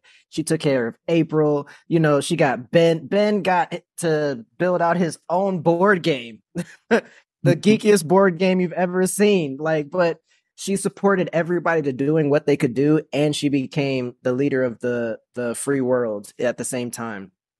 Optimus died a couple times. Optimus Prime was not in his prime all the time. Leslie ain't died. Blasphemy. Let him go. Let him go, Mark. Let him go. Did Leslie die? Did Leslie die? Leslie did not die. No, Mark, let him talk. Hold on. I'm gonna keep going because remember what I did to Tommy about the whole destruction of Angel Grove? Yo, we talking Chicago. We talking New York. Like, how many cities got destroyed under Optimus Prime protection of Earth? Yeah, Gavin, your vote has been counted. We are moving on. Are you going to end this now? Shannon, who are you picking? So in this one, I start with the question: would Leslie die for me? No. Would Leslie say a speech that causes me to want to run into a brick wall for her? Nope. Do I feel Leslie would put it all on the line for me to save the free world and empower me to feel like I could do the same. Nope. And Bars, so for that, bars. and so for that, I did not go with Leslie. Nope. I got Optimus Prime. Man. Oh. Thank you, Shannon. Thank you, Shannon. Leslie fought a good fight. She is not moving on, and Optimus is moving to the final four. Any last words about Leslie before we move on? Nope, 2024, yo. Forget that. All right. There's a lot of disrespect going on right now. And I don't know how much more I can take of it. Brother, I almost stepped in. I was getting angry. I was getting real angry over here. I was like, calm down, Neil. It's just a show. It's just a show. I was like, that's your brother over there. Calm down. You're talking about my guy. All right. Anyway, You're hot. Brackets all jacked up. Y'all ready to dive through the screen, man. all right. Let us move on. So next we have Captain Jean-Luc Picard going against Moses from Attack the Block. Gavin, you are first. Captain Picard, all day. Captain Picard. Captain Picard also died, but came back a couple times. He went Borg and back. You know what I'm saying? Back. Not a lot of people go Borg and back. You know what I'm saying? So that's one of the only people next to Seven to go Borg, and he came back further than Seven. He doesn't even have the bionics that Seven had on his face. You know what I'm saying? Sorry to interrupt. No, it was just I said once you go Borg, you never go back. Sorry, Gavin. I'm sorry, Gavin. Go ahead. Oh man. I gotta give it to Picard though, because he beat the Borg several times in his like historic timeline storyline, and also Attack the Block. You know, you got one good run. Captain Picard has saved the Enterprise, Earth, and by far the universe several times over. I'm gonna trust Captain Picard. All right. Cool. Mark your next. Oh man. In a moment of unity, I'm gonna reach across the aisle and agree with Gavin. It breaks my heart, but I am gonna give this to Picard. Moses is the man, but yeah, Picard has a lot of experience under his belt. And it's like, what if I had like a city? What if I had like a town that I had to run? Who would I make mayor of that town? And Moses would probably be a good mayor, but it, like you said, very like, hey Moses, what should we do about this? Tula. That's great, but we need, hey, you gotta talk, buddy. We need like some direction. You tell us, we're gonna build a school, but Picard is like a very wise man. He's a knowledgeable person. He's a brave person. He went Borg and came back. That's saying something. So I give it to Picard. Awesome. Picard is moving on, but Shannon, any words? Yeah, no, I love how we definitely got deep and intellectual there and just really taking it. And so for me, I'm going to exist in a moment of foolishness, recklessness, and all of that. I chose Moses again. All it was a leader of few words and many actions. He's basically like, I'm about that action boss, and that's what he does. So I chose Moses. Believe that. Yeah. Funny enough, they both go against aliens, and they have winning records. Both of them have winning records. Now, let me ask you, this is what I would love to see. Take it back. Picard is the leader of the kids in Attack the Block, and you make Moses the leader of the Enterprise. You just phaser them, energize them to the switch. That's what I would love to see that. I would love to see that, number one. And number two, Picard. No, let me start with Moses. And then we'll move on. Moses would have had that sucker buzzing, all right? The Enterprise would have been buzzing. They would have been to beyond and back on Earth, no question, with 100% survival rate, all right? And a lot of dead aliens on the way. They would have been great. And if Picard was in London at the time, which funny enough, he probably would have fit right in. The aliens would have he wouldn't have killed the aliens. He would have understood what they were going for, and we'd have had them encapsulated in a safe place and would have had the military study them, understand what's going on, and build a peaceful relationship just with words. Just with words. He would have had all that happen. Hey, now, you know that moment where Moses, like, they sent them things to kill the black boys? Like, Picard are like, let's think about these aliens invaders. For a moment. Like, you know, when they're all in the window, like, Picard, he's like, one moment now. Now, why would they be here? Like, yes. Mating. They need to mate. Animals. They are animals. Yes. All right. So Picard is moving on to the final four. We're moving to the other side, and now it is Hermione Granger versus Superman. Again, something I thought I'd never say. Mark, you're first. I think I want to give this one to Hermione. I know, man. I know. I just go back to, like, you know, Superman has died. Superman has gone away. And life goes on. The Justice League continues. But again, they are all dead without Hermione. Harry is the boy who lived. But Hermione is the reason he's alive today. You know? So I gotta give it to Hermione, man. And I can't believe I am saying this. That this little muggle-born girl from London is beating Superman. I can't believe the words that are coming out of my mouth right now, but I gotta give it to Hermione. Ladies and gentlemen, Pop Call Parent. In case you're wondering what show you're listening to, Pop Call Parent. All right. Shannon, who are you picking? So I agree. I give it to Hermione as well. Reasoning, again, the leadership, none of them would be around if she wasn't. And she, as we say, Superman is this sign of hope. I feel like Hermione is that. And it's because she's muggle born just like us and everything. And it's like maybe I could become that. Like, that's more attainable. Like, you know, like, to be real, you think you're closer to Superman or being Hermione? Like, you know, it seems like she's someone who... I don't know. Those are pretty tough. I'm probably for both of them. I know. I think I'm more like maybe, I don't know, who's Plastic Man? like Yeah. Maybe that's more my speed. Like, that's some heavy hitters there, shit. Yeah, I mean, we are far from being either one, but I'll even take it a step further. I'll say, like, I think of like basketball or something. You know, when you think of, like, okay, favorite players. To me, Kobe Bryant was one of my favorite players, and then compare Kobe to, I don't know, Shaq or Zion Williamson or something.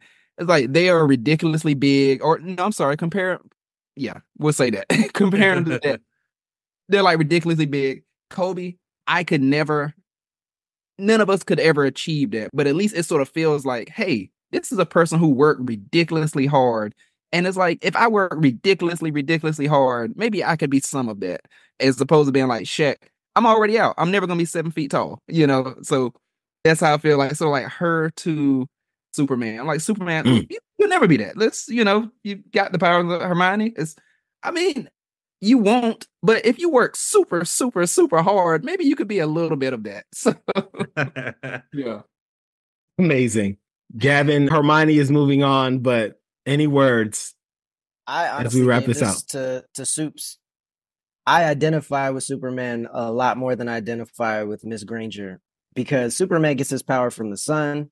Superman sees the best in people. Superman decides to form a team and inspire them, especially in the toughest of times. Superman's ready to take the L and also, like, build up. Now, Hermione, again, probably the greatest like spellcaster ever, and also the core of what is Team HP. I 100% agree. But I mean, Superman, in my opinion, should have been black, as he powers up from the sun and gets his melanin charged up, in my opinion, from the sun.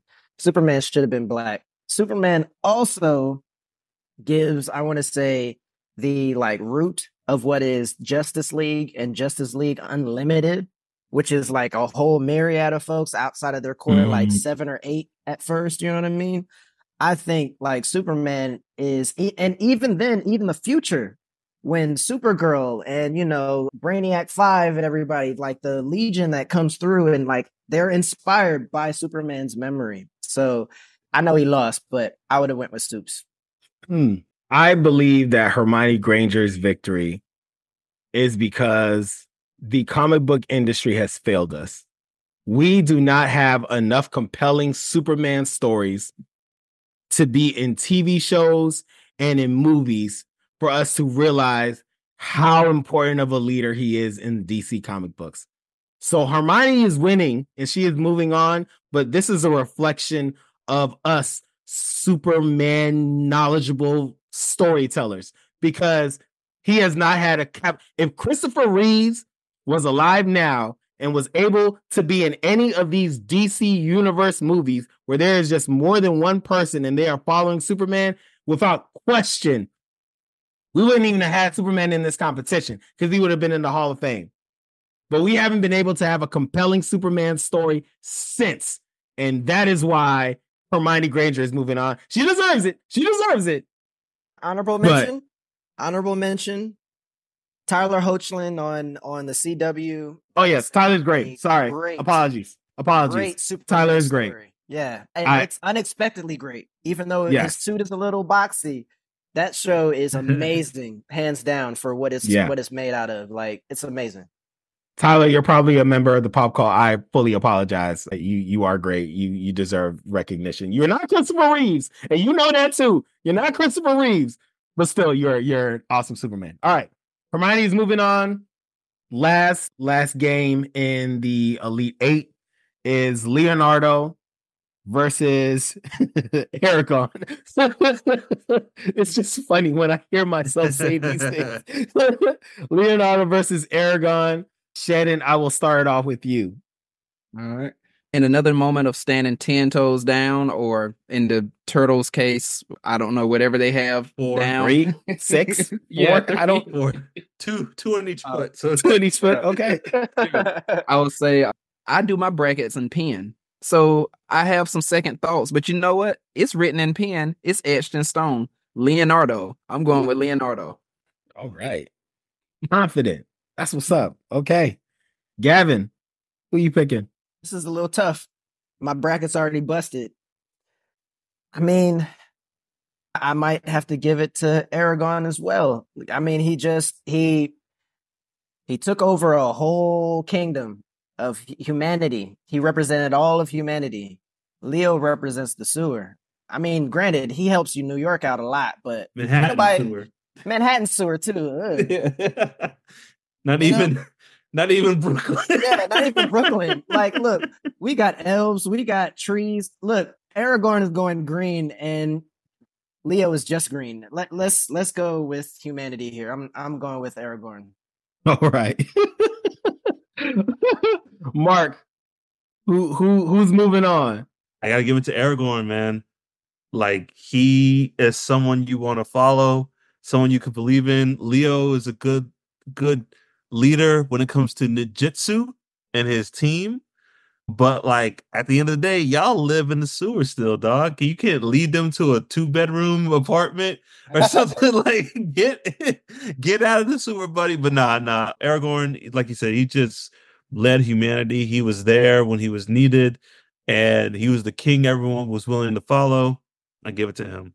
This is Raph's fault. This is all Raph's fault. Raph punked out Leo one too many times, and it's in y'all's head. But nah, Aargon, I already told y'all Helm's Deep. Look, that's enough for me. That's enough for me. I don't know if Leo's gonna do that. You know what I'm saying? He gets it. They go 4-1 against Shredder, and Shredder consistently beats them. All right? Yeah. Fair. Yeah. Aragorn went against the forces of Sauron, led by Saruman, and beat them. All right? You know what I'm saying? So we're moving on.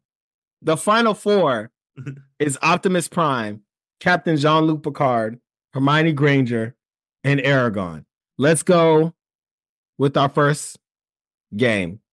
It is Optimus Prime versus Captain Jean-Luc Picard. Gavin, you're first. Oh, this one's hard. This one's hard. Both of them have inspired my childhood in very different ways. Both of them have led amazing teams in very different ways too. I would say Optimus is kind of like the ambassador to a whole people. You know, he is the representative of this alien race that is trying to, you know, come into the world. Jean-Luc is discovering new worlds and kind of being an explorer in kind of senses. So he's kind of talking to more people and more things than anything else, and leading hundreds of people at the same time, thousands if you count the starship. I'm gonna give it to Jean-Luc. Okay. Only because the Enterprise is an enduring legacy, and he has been picked hands down as one of the best to succeed Kirk. You know what I mean? Like, there have been a few, you know, Captain Pike is cool and everything, but Jean-Luc Picard, like, to succeed to Kirk and then work with Kirk. Optimus Prime has worked with, you know, what's it called? What was his name? Optimus Primal. Yeah, but he ain't Kirk. I'm gonna give it to Jean-Luc. Hey, you need to stop there. Don't talk bad about Optimus Primal. We're gonna keep it moving. I ain't like how that was ending. We're gonna keep it moving. Shannon. Man, calm, dog. Shannon, you're next. Yeah. So I'm gonna go Optimus Prime. Reasons again, Optimus Prime. Obviously, yeah, I've said many times, just the speeches he gives that inspires others to go forth and feels like you can accomplish anything, the gravitas of which it exists. So just Optimus Prime, and the fact that, again, I mean, he's a fighter, he'll lead, tactician, all of that. And, you know, you question, like, how far will he go? He will die, because he's done it like 3 times in the movie. He would die for you, be brought back, you know, all of that. But yeah, definitely Optimus Prime. Okay. MF Jones. Gentlemen, I'd like to read a little something written by a great person. In any war, there are calms between the storms. There will be days when we lose faith, days when our allies turn against us. But the day will never come that we forsake this planet and its people. Quote Optimus Prime. Come on. This guy revs you up. Optimus Prime could read a coupon book and you would be willing to die for this man. he can, your Alexa could be Optimus Prime. Is like, what's the weather today? It's brightly sunny. What a chance of showers. You're like, it's time to go. Umbrella in hand, facing the day. Like, come on. Optimus Prime, like, he creates the best in everyone that he leads. He just brings everyone together. And I forgot what movie it is where the Autobots are like, you know, you just want to die for the guy. And he's like, no, that's Optimus Prime. You know, this man fought a dinosaur. He's like, I will kill you if you don't fight for my family, dinosaur. Like, come on. Like, this Picard ain't doing that. Picard ain't fighting the Dinobots. Now let's go wreck half a China. Ancient warriors of the past. I call on you to face the biggest threats this planet has faced. 5 seconds. That's all we need to hear. And they're like, all right, whatever this guy says, we're going to fight them. Oh, my goodness. Anyways, Optimus is moving on. Wow. Okay. I gotta shout out the Trekkies. The Trekkies know Jean-Luc Picard without tactician, the Optimus Prime any day of the week. I just want to say the Trekkie in me is crying right now, but it's okay. This is one thing I will say about Picard that he has on Optimus, and we will move on, because I'm saving my the 1980s Transformers movie. I'm saving it for whenever it is the last round. So I will talk about that. But the one thing I'll say that Picard has on that is Picard has trained his people. When Picard was captured by the Borg, they went and got him back. Hot Rod is who they had. Optimus did not train Hot Rod to be a successful leader. All right. Now I have feelings on Hot Rod, but Hot Rod versus number one versus Striker, there's no competition. I'm picking number one all day, every day. All right. So that is all I'm going to say. And that is it. Because I'm picking Optimus. and that's why the good people at Hasbro knew Hot Rod didn't have it either. Like, we got Optimus got to come back. Guys, not cutting it. He is not it. Anyways, the other Final Four game is Hermione Granger versus Aargon. Who are you all picking? I will start with Shannon. Mentioned it before. Hermione again. I feel like a piece of hope.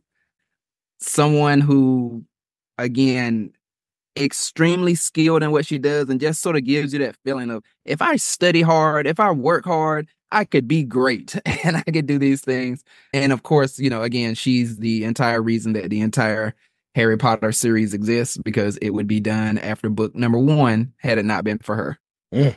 Okay, Mark. Oh, man, I think I want to give this to Aargon, and because Hermione, the great leader that she is, she does have her flaws, and at the end of the day, she turns to Harry for hope. Aargon, he stood as an inspiration to people when everyone nails at Helm's Deep, when they're like, we're not going to make it and blah, blah, blah. Ride out with me. Ride out and face them. Like, I don't know if Hermione's doing that. And so that's why she fought the good fight.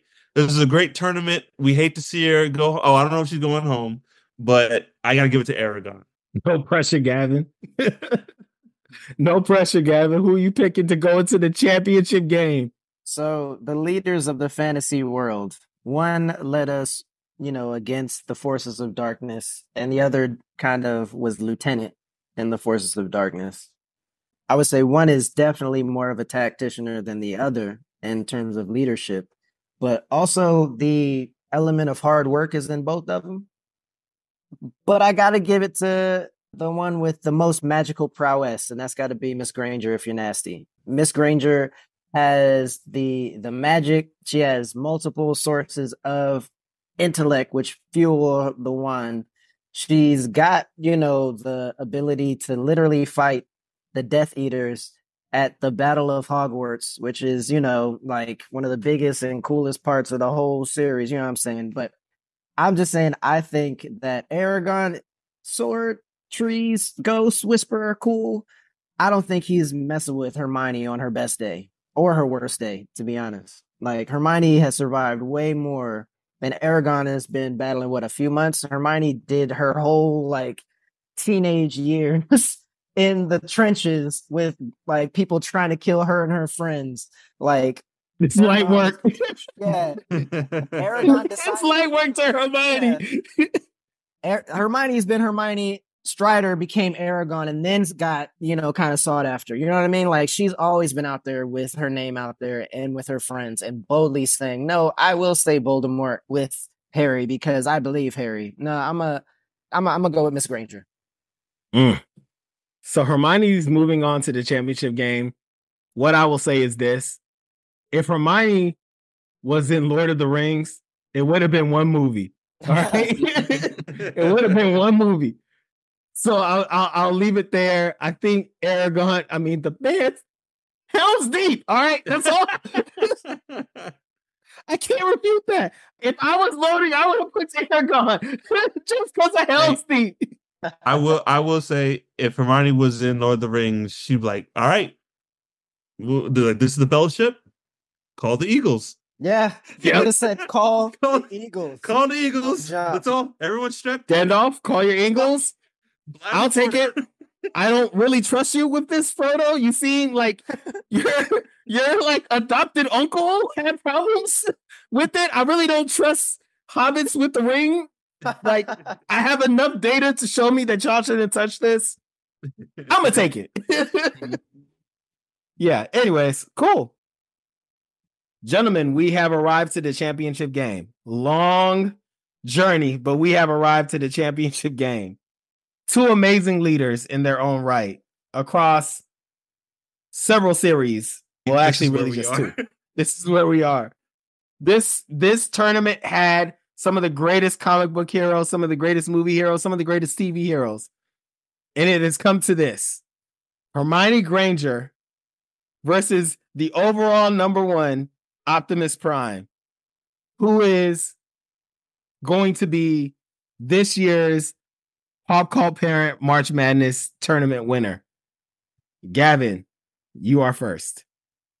Hey. Oof. Okay. I got to start from how I see them, how I identify with them, and how they have shaped the world. All right? That's how I'm going to do it. How I see them as two very, very incredible leaders, right? Two folks who have literally fought back like droves of evil in various respects. Cool. How I identify with them. I identify with leadership in the respect of their craft, in respect of who they are, and protecting their people. What was the third thing I said? I don't even remember anymore because I'm talking too much. It don't matter. My conclusion is, I think that honestly, although I have gone against this whole time, Optimus Prime is coming away with this W. Because Optimus Prime, leader of the Autobots, the inspiring, like the speeches, the voice, the impact, the fact that, again, it wasn't called Hermione Granger and the Chamber of Secrets. It wasn't called Hermione Granger and the Deathly Hallows. It was called Harry Potter. Harry may have not have been the smartest or the best with spells, but it was still about Harry. Optimus Prime, there is no Transformers without Optimus Prime, ever, in any world. You cannot start the conversation without the titular character of Optimus Prime and that booming voice either opening up the movie or closing that joint out. It's Optimus Prime, hands down. He wins. Shannon.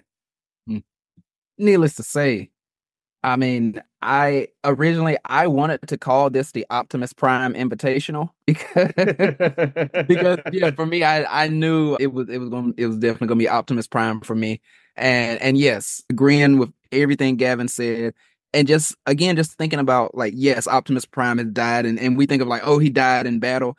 There was even a moment for his team, for honor, tradition, whatever it was. Remember, like, there was like the whole mind control thing that happened in one of the movies, and he could have fought back like the Guardians or whatnot, and he was just like, "It's okay, they're going to kill me now. Yeah, I did wrong." Like, even like for honor, he was just ready to be like beheaded until finally, everything changed. So I'm like, to have that level of dedication to your team, to tradition, to what you consider justice and what's right, to be like, it's okay, they're going to kill me. Like, yeah, that's a leader. So Optimus Prime. Mark. Hey, Shannon, I'm just going to bring it up because you brought up that movie. Yeah. The last night. They're like, when Optimus Prime is under the mind control, and they go in there, he goes in there and he slaughters all the knights, right? He's like, I'm Optimus Prime. And then Mark Wahlberg and that lady are holding like the scepter. He's like, now, excuse me, tiny human, please give me the scepter or I would have to hurt you. It's like, dog, you just came in here and murdered all these Transformers. And he's like, if you ever would so kindly hand me that scepter. I'm like, what is going on here? He's like, these machines, they can go down. But humans... Let's have a conversation. If it's not too much trouble, I really need. See? He's got manners. That's a leader. But you know what, man? This was a crazy tournament. I was like, man, it's getting kind of heated and crazy in here. But it seems like we all gathered our senses and and figured out who should be on top. Mr. Optimus Prime, the greatest leader in pop culture history. Man, like Gavin, you said, there's no Transformers without Optimus Prime. Even when Optimus Prime is not the focus of the series, the comic book, his presence is always there. Like, like we just gotta hold out hope for Optimus Prime. The Decepticons are like, where's Prime? Because they know he's the lifeline.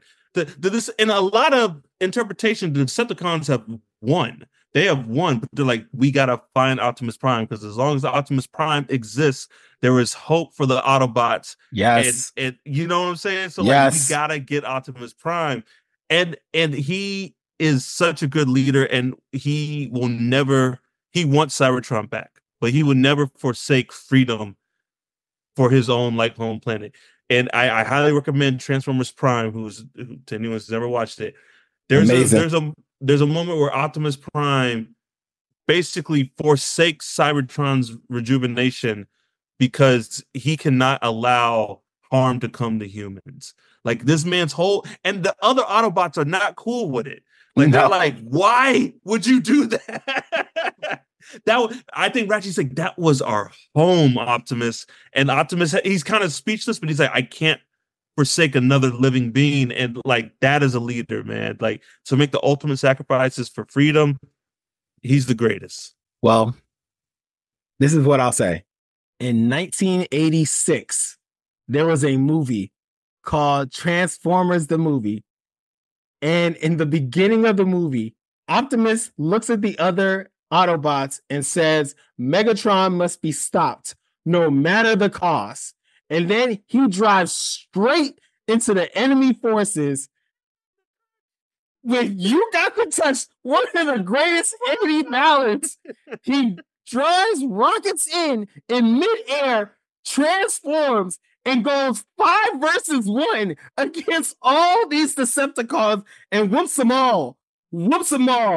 Goes up to Megatron and says, 2 stand, 1 shall fall. Oh, what was it? Yeah. Oh man, I why don't I know this? 1 shall stand, 1 shall fall. 2 stand, 1 shall fall, or something like that. And proceeds to shoot the ones with Megatron. Now, granted, it was a fight. It was a battle.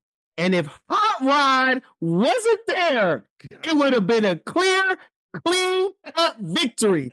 But even with Hot Rod's interference, Optimus won. Finally beat Megatron. Got a wound that cost him his life, but finally got Megatron. And that is my searing memory of this man. He's not actually human, but this man.